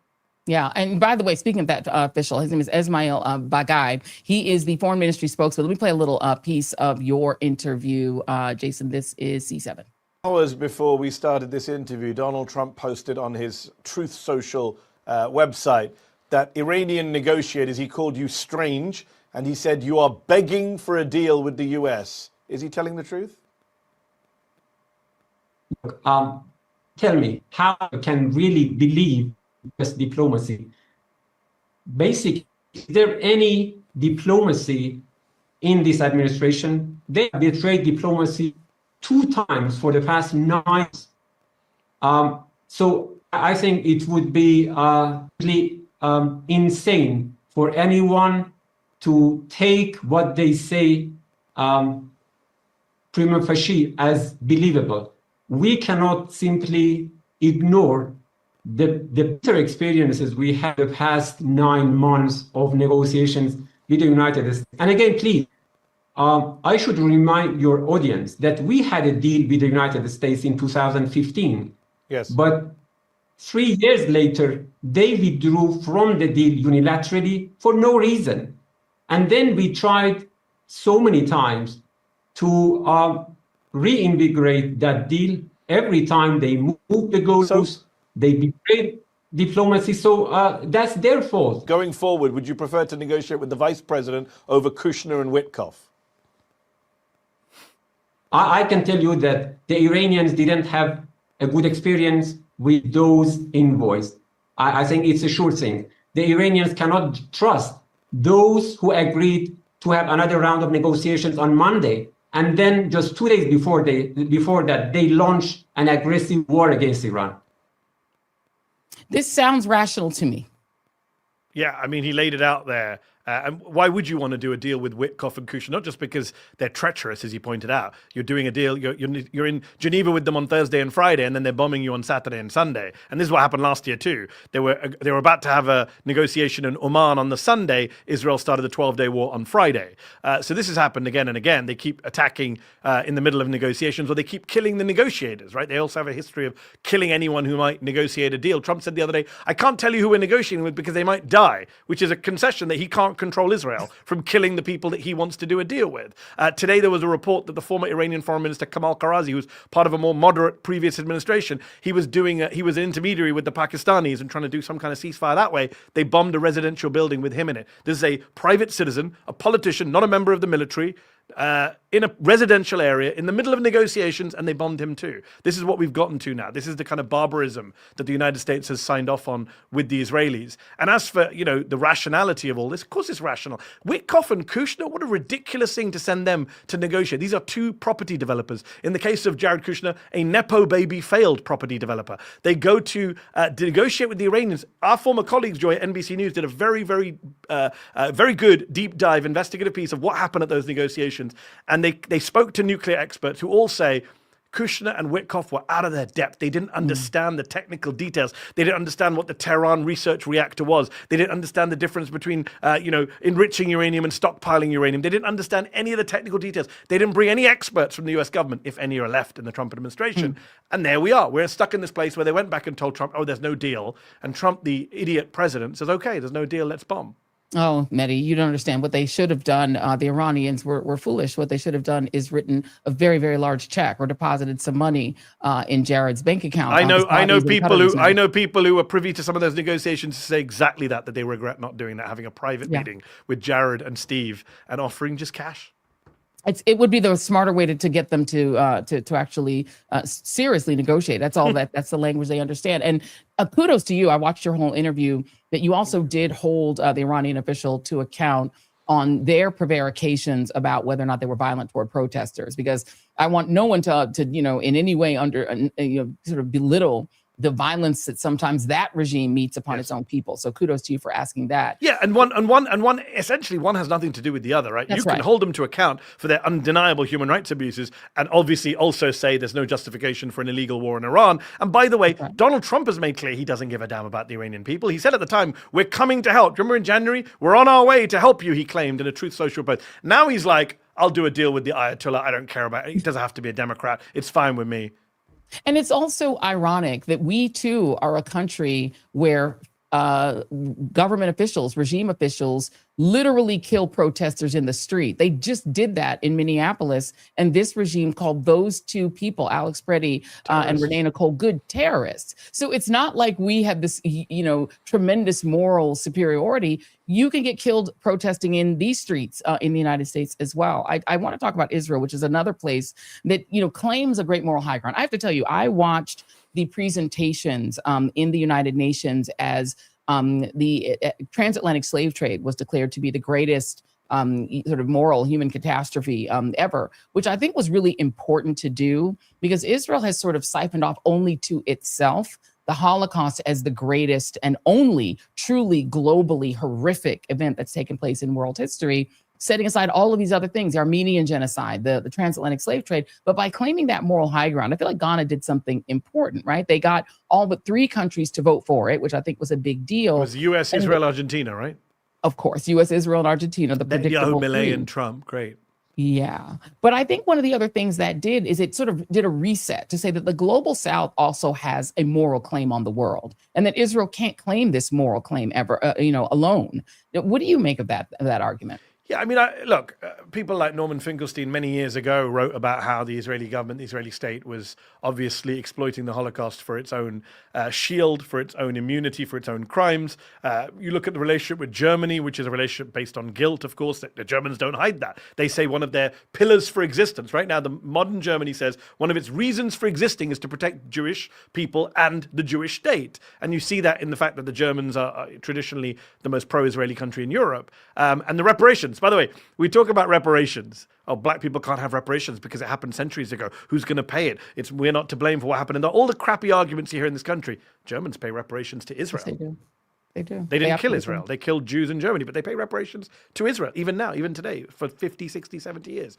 So that's always interesting. I find the reparations argument shot down by the fact that we're fine to do reparations for the Holocaust, which we should, but why not also for slavery? And I think, look, unfortunately, all of these things, great moral crimes like the Holocaust, horrific forms of racism like anti-Semitism, all of which are undeniable and very real, have been exploited and weaponized by Benjamin Netanyahu, by Ben Gvir, by AIPAC, by, unfortunately, the ADL, and other groups. That's just undeniable. I mean, look at the recent pylon over Hassan Piker, the streamer out of California. Leftist, says lots of provocative things. I don't agree with everything Hassan says. I've known him for many years. Don't agree with everything he says. But the idea that he is the single biggest threat to American Jews right now, which is what you would believe if you watch CNN, or you look at the ADL Twitter feed, or you look at Democratic Congress members' social media page, is insane when you have a card-carrying anti-Semite in the White House. Donald Trump said today at the Easter lunch, Christians love Israel more than Jews do. Why don't Jews love Israel? You listen to Donald Trump and the way he talks about Jewish people. You don't even need to go to Charlottesville and very fine people and hosting Holocaust deniers for Thanksgiving. Just generally the way he speaks about Jews. And the idea that a leftist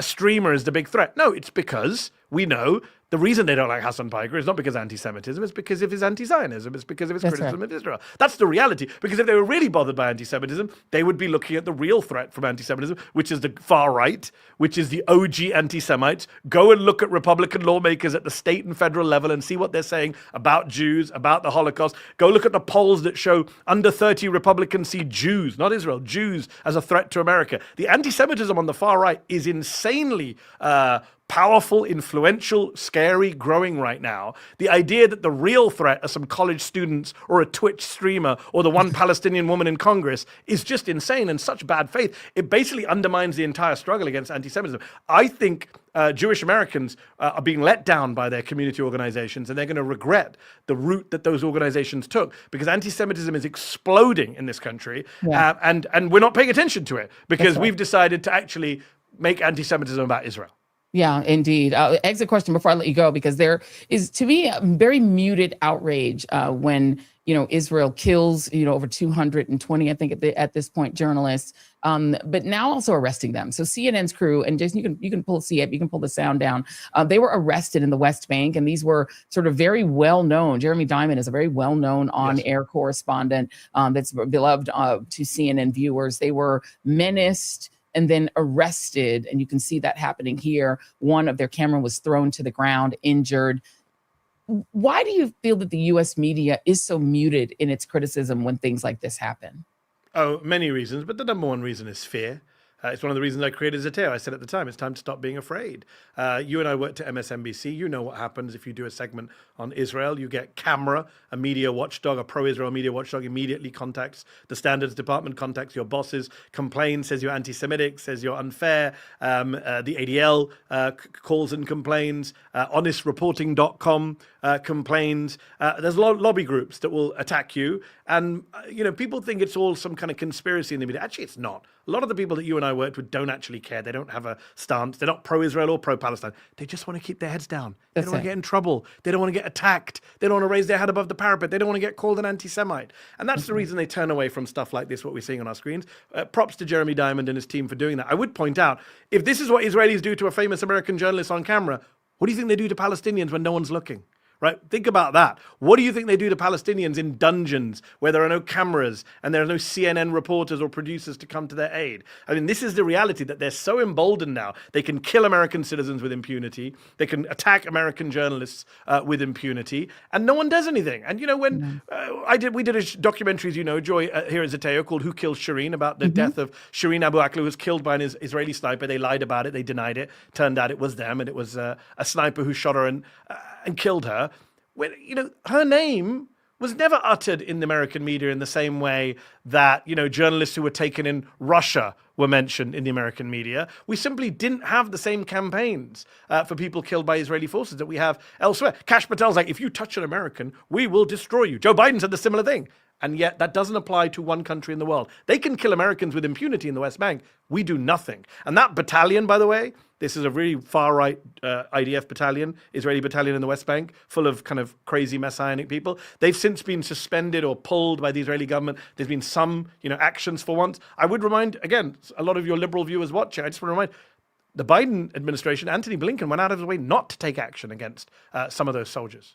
That is correct. It is a shared shame in both parties. This is one of the areas where there really it's a bipartisan is shame. Yes. Yeah, I'm not a both sides guy, as you know. No. I'm not one of these people who says they're all the same. You and I don't think they're all the same. We don't think Trump and Harris are the same. We don't think Republicans and Democrats are the same. But when it comes to Israel, they're very, very similar. They're the same. They're very similar. Mehdi Hasan, thank you very much, my friend. I appreciate you. you. Everybody, make sure you subscribe to Zateo. You're already subscribing to Zateo News. And we're going to put a link at the bottom. Make sure that you're subscribing. Excellent work. Congratulations, my friend. You're doing incredible work.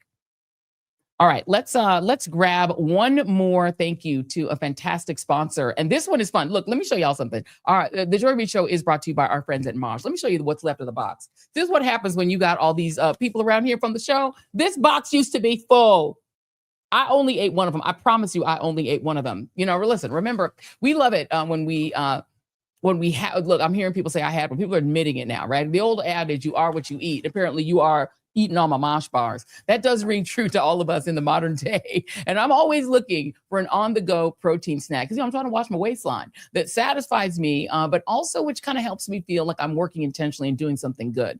So the Mosh sort of experience was created by Maria Shriver and her son Patrick Schwarzenegger, and they had a mission to spark a conversation about brain health through food, education, and research. After Maria's father was diagnosed with Alzheimer's, they set out to create something bigger than just a protein bar. Mosh protein bars are made with ingredients that actually support your brain and your body, like ashwagandha, lion's mane, and omega-3s. Plus, Mosh is the first and only food brand that's boosted with something called cognizant. Cognizant is a premium form of citrulline that helps support your focus, your memory, and your mental clarity, because you know we need that.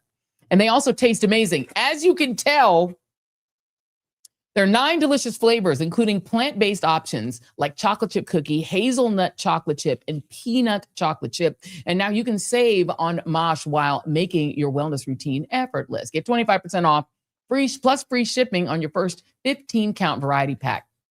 And then 20% off for life, if you get a monthly subscription. You can swap flavors anytime based on what you like best. Keep your go-tos and try something new. Your favorite functional fuel is delivered directly to your door, so you never run out. And supporting your brain health becomes a simple habit you can feel good about. Why? Mosh donates a portion of the proceeds from every order to the women's Alzheimer's movement, because 2/3 of Alzheimer's patients happen to be women, and Mosh is working to close the gap. It's more than just a protein bar. It's brain fuel with a purpose. So if you all want to get in on this, and you can't borrow any more of mine because they've all been eaten by the TJRS team.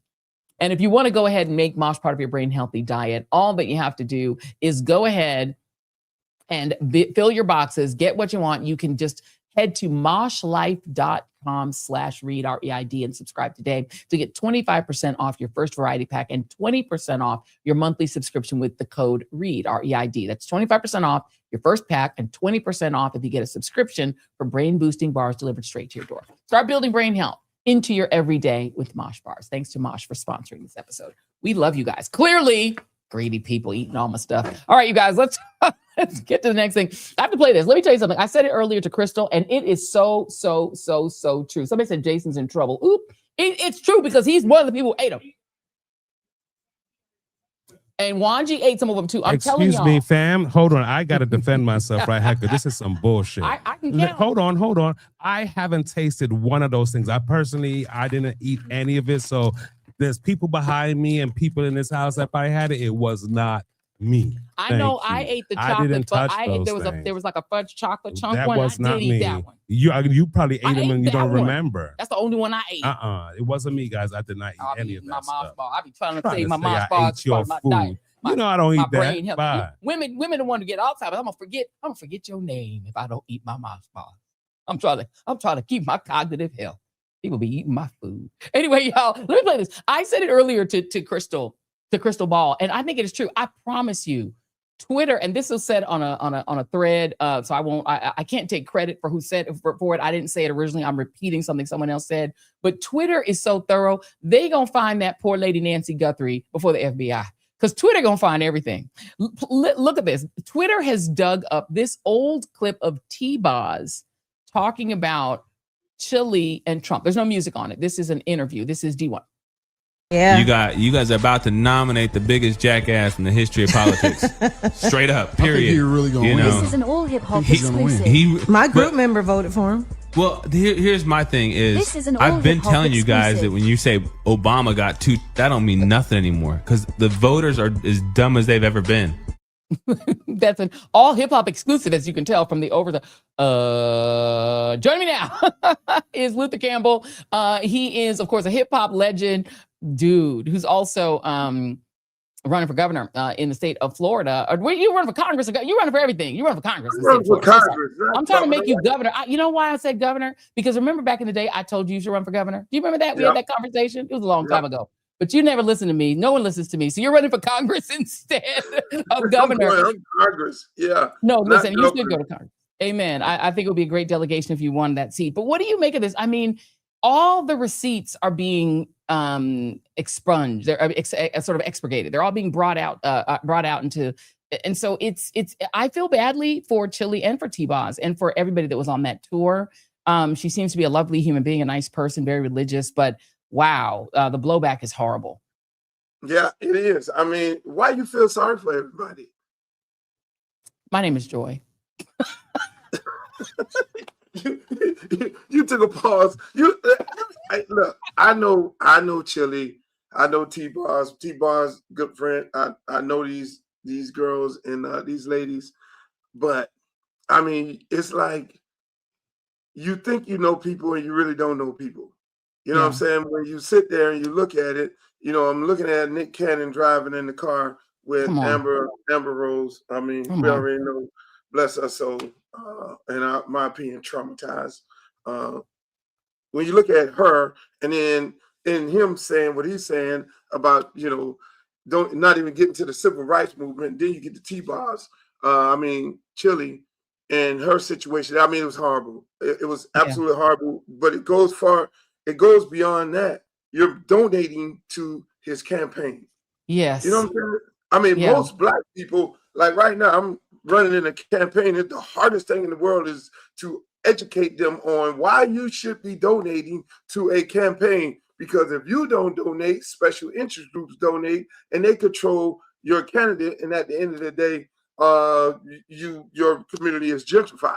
You know, and that's how it works. But this young lady, she was smart enough to know that this is what I really want to be about, and I'm donating to this campaign. But then added on, I donated to the Obamas to try and clean it up with what she retweeted with Michelle Obama. I mean, she gets it. She's not as stupid as she wants people to believe she is.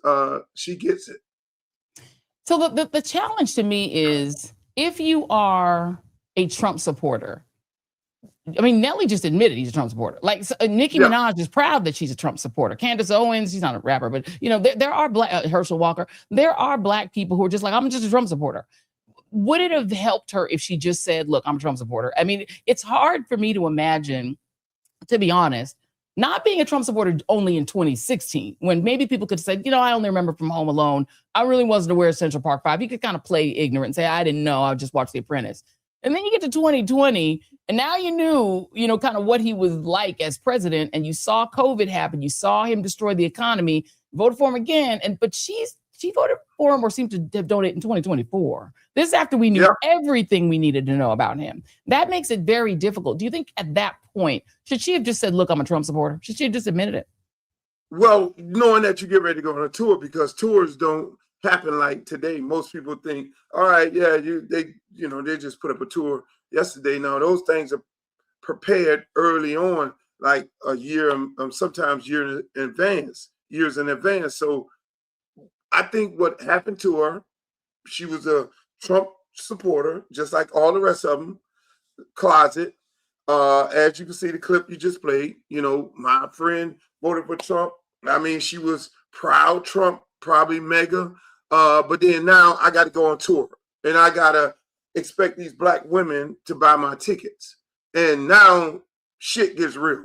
You know what I'm saying? That, you know, this is getting ready to affect my bottom line figure. So now I got to clean up. Then you got Salt and Pepper and all of them want to clean up. You know, they're trying to save the tour right now. You know, and it's sad because you're supporting a person who has did everything in his power to hurt African-American men, more so African-American women. The disrespect that he had for African-American women is by far worse than anything in the world. Tells her not to support this man. I mean, Epstein files and all that is one thing, but when you make the statements about Ketanji Brown and when you make the statements about Michelle Obama and any other influential Black woman, yourself, you don't support that.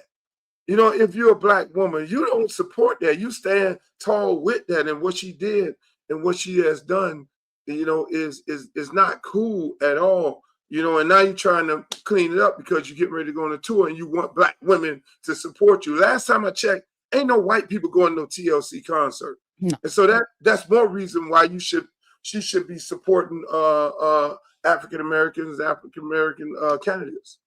It's interesting because you knew Donald Trump. The people who were around him in that era, they knew exactly who he was and still managed to not support him, right? Even if they personally knew him. But there's this weird thing where I feel like a lot of Gen X hip hop artists and are either Trumpist or Trump adjacent. Like they're the people like your Ice Cubes who are just sort of Trump adjacent, and that he wanted him to do this platinum plan where he doesn't seem like a Trumper really, or like a Snoop who seems like he took a check to do a thing with a Trump friend. And then they're the ones who are like hardcore, right? That are the Kodak Blacks of the world that are like, I'm in this, or the Nicki Minaj's who just started criticizing Trump and all of a sudden just went all the way pro-Trump. Do you feel like in the hip hop world, there's an understanding that if you're with Trump, Black people won't be with you? Do you think, or look, Kanye West went all the way for Trump with Trump. Now he's got to hit music out. Do hip hop artists believe that being with Trump will cut them off from the Black community? A lot of them, obviously, don't believe that. Some of them, if you look at what happened to Nicki Minaj, she got cut off. She got canceled from the Black audience. I mean, Kanye West essentially got canceled also. Add on to his anti-Semitic, in my opinion, comments, that helped him get cut off. He was going through something obviously at that time, but when you see these individuals, at one point, just like you say, I think it was on your show when you mentioned how many times hip hop artists mentioned Trump when he was a Democrat in a record. Mm-hmm. I think it was over 1,000 times. So they looked at him as a cool person.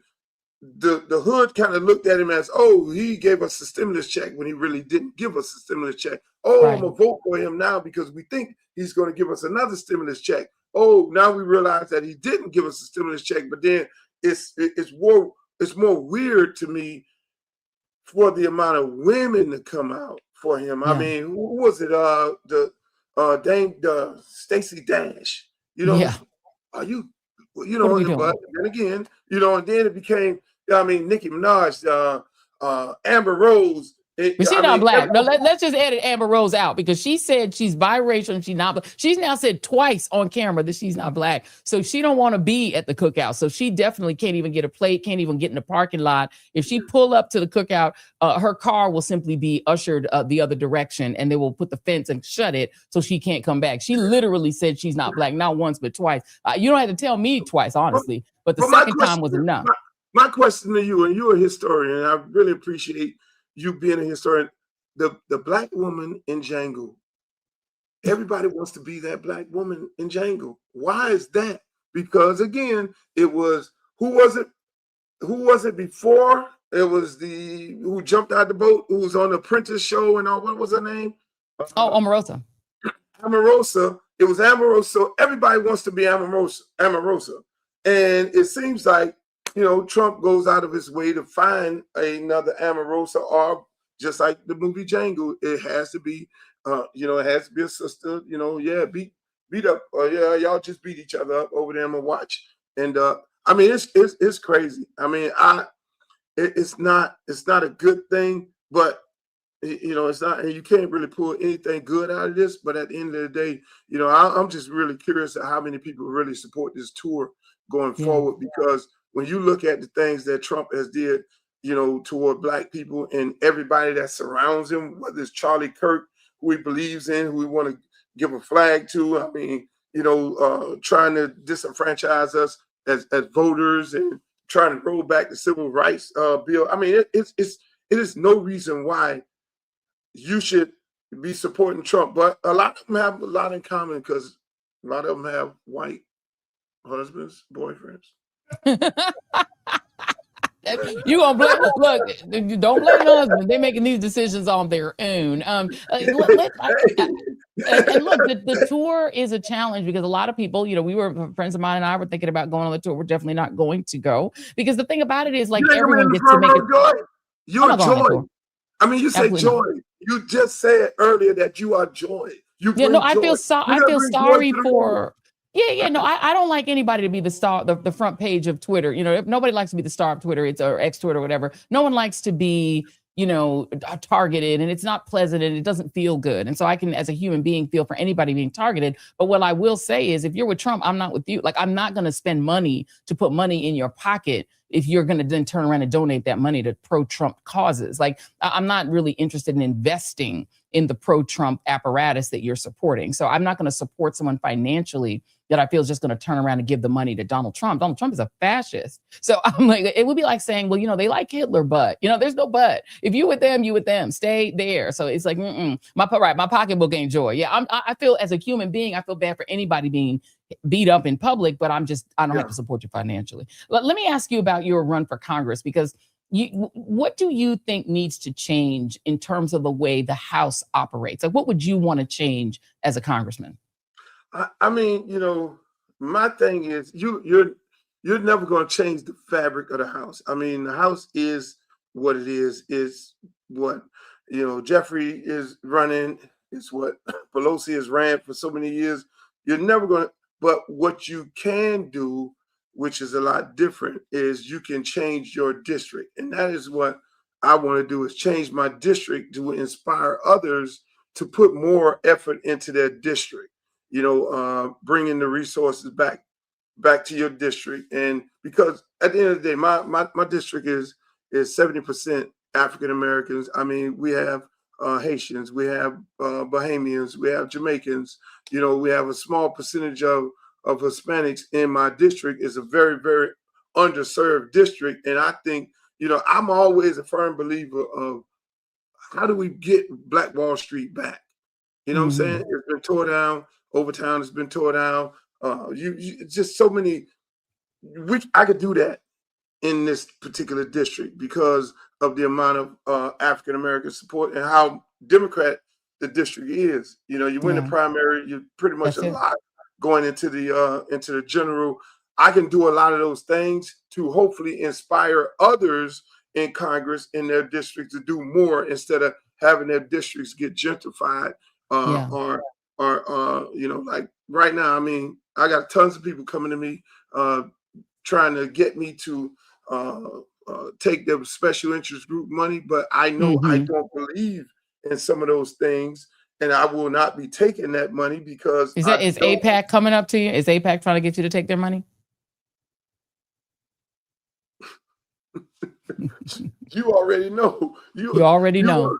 You already know. All of them, they lined up at the door. But at the end of the day, that's my point. So if you're gonna change some things, you can't change the body of it. You have to lead by example. And my whole thing is leading by example in my district. And I know at the end of the day, and when I'm talking, to people on national programs like this, when they see my district doing what it's doing, then they should then tell their congressman or woman, hey, look, if he could do those things in that district, if he can expand the port and to create more jobs, if he can,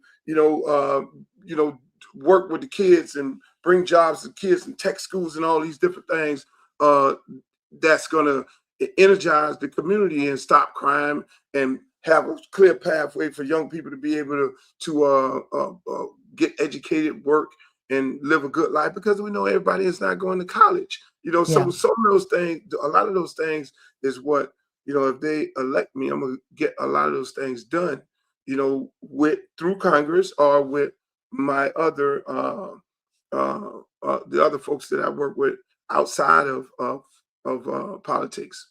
I love it. Uncle Luke, give us the website and when is the primary? Because I know there's a Liberty City area. I know that is your part of the MIA. Tell us when the primary is. No.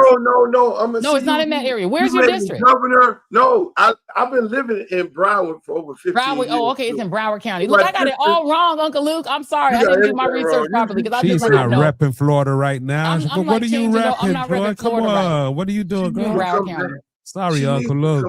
She's been New York and California for so many years. Y'all don't even know. I met this lady way back in the days in Miami. You know what I'm saying? No, the district is CD20, Congressional CD20. District 20, and it covers Lauderhill, Lakes, Tamarack. It covers Belgrade, Pahokee, South Bay, and it also covers. You got Belgrade too. Okay, that's That's the people. You got the people. Okay, listen. You got the people.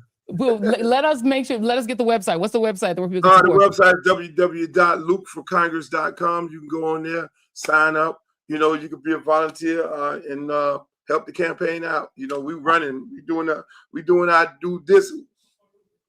We love it. We're going to make sure that everybody supports you. People were throwing out Liberty City. They threw me off. The chat threw me off, Uncle Luke. They threw me off. Blame the chat. We appreciate you, brother. And thank you so much for being here. Best of luck on the campaign. Please keep us up to date so that we can make sure that we're sending people to the polls, making sure. And yeah, stay away from them AIPAC people because they're not going to help you. They're not helpful.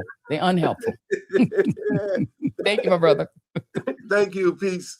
Peace. All right, y'all. We're going to make sure we get the website right. Look, I got it all wrong, Jason. I literally still had him in Miami. That brother lived in Broward County where He's been in Broward. That's where we used to live in Broward County. Yeah, I mean, Luke, move it up, man. Come on now. We're going to make sure we get the right information and we will clean it up. We will clean it up in the chat. Before we get to, I want to just make one quick housekeeping announcement. We are not going to have a Thursday noon Joy's House Insiders tomorrow. We're taking 1 week off. We are gearing up for a really big guest the following Thursday. So if you are somebody who likes the Joy's House Insiders, we have somebody really great coming up next Thursday, but we're going to take tomorrow off. I need a little bit of a break tomorrow. So we're going to take a little wee break tomorrow. I might actually have to get my hair done tomorrow. So that's a real reason why. I mean, that's fair. Like I actually have to get my hair done because if you have to take care of the blonde, okay. I need to go into Coco's and take care of the blondes. We're not going to do it this week. We're going to do it next week, Thursday. But before we go, let's get in our moment of joy. Our moment of joy is from Elijah, LIELIJAAAHHHE on Instagram, and it's called "Okay, Iran." Just for Iran.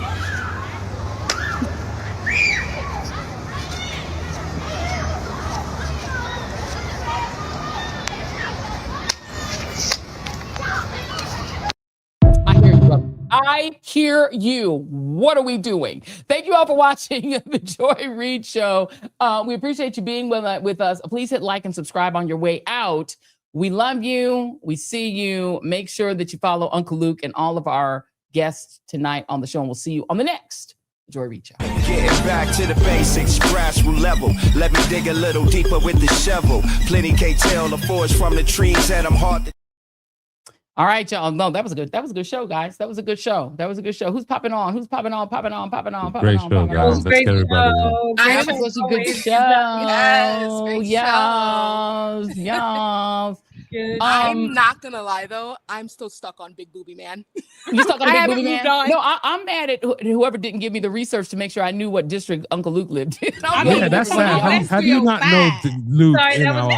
In my mind, he always is from Miami, but yeah, no, we still stuck on the. First of all, people loved the what do you call it? The thumbnail, because that big booby Trump, that's the Statue of Liberty. Listen, so man, that was hilarious, man. Why is Wanjera changing everything? I don't know what. Girl, leave my controls alone. How about that? What he should do? Press the right button.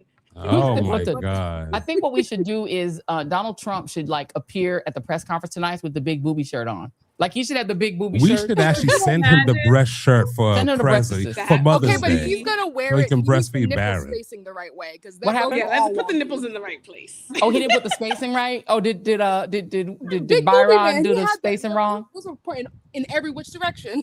Wait, hold on a second. So Byron, they were going the wrong way. Mm-hmm. It was all the wrong way. It was on his shoulder. It was a mess. Not his shoulder. The nipple was on his shoulder. Oh, wait, guys. Any of this? What's going on? Guys, are we still live? Are we live still? Wait, are we still live? Oh my God. I love it. Yeah, we're still live. All right. Okay. Oh, wait, they're hearing us talking shit now. Yeah, they're hearing us talking all our shit. Turn it off. Turn it off. No, how about we just let them know, What's the day? April.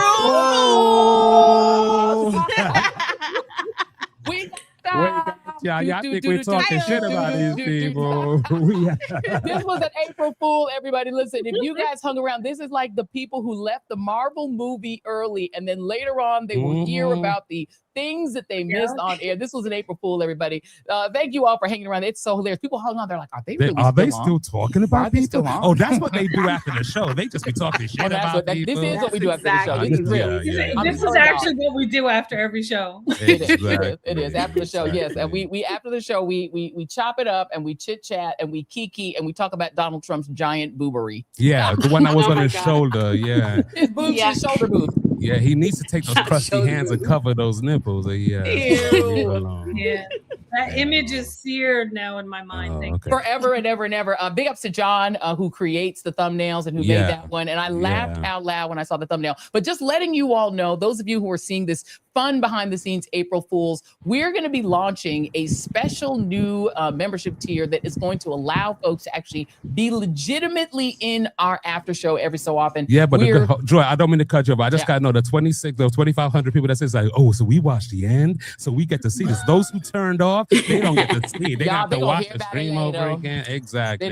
Sorry, love. Go ahead and continue. But yeah, we're going to launch that tier so that we can legitimately do it. Today we did it as an April Fool because it is April Fool's Day. So thank you all for hanging around. Oh my God, like 2,500 people were there, like 2,100 people on Substack. We're still here. Y'all don't leave right away. Y'all just sit there and listen to the music. I love that. The food chain, I'm sure, is so happy that you guys sit around and actually listen to the whole song when it's done. When I really hit this button, whenever y'all really let me know, that will be the end of the show, guys. So that could be it. So, all right, thank you all for tuning in. We will let you guys know. Do you guys want to talk a little bit more, or are we going to just cut this off? Bye. Bye.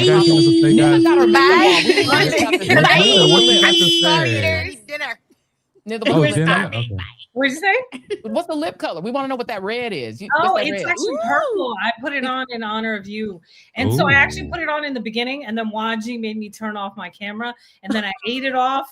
Snitches. Wait a minute. Did you eat my mosh bars? Is it you who ate my mosh bars? Where are my mosh bars? It might have been virtually. I honestly think who took it was Winsome and Wanjera and you. I have done no such thing. Winsome took it, Wanjera took it, you. I haven't had one of those mosh bars. All right, y'all. We're done here. You guys are all April Fools on here. April Fools. All right, you guys. We're going to be making the announcement about the special extra tier for those who want to really, truly hang around in our post show, sometimes our pre-show. Just wait for that announcement that's coming soon. So now, for real, thank you for tuning in, and we'll see you on the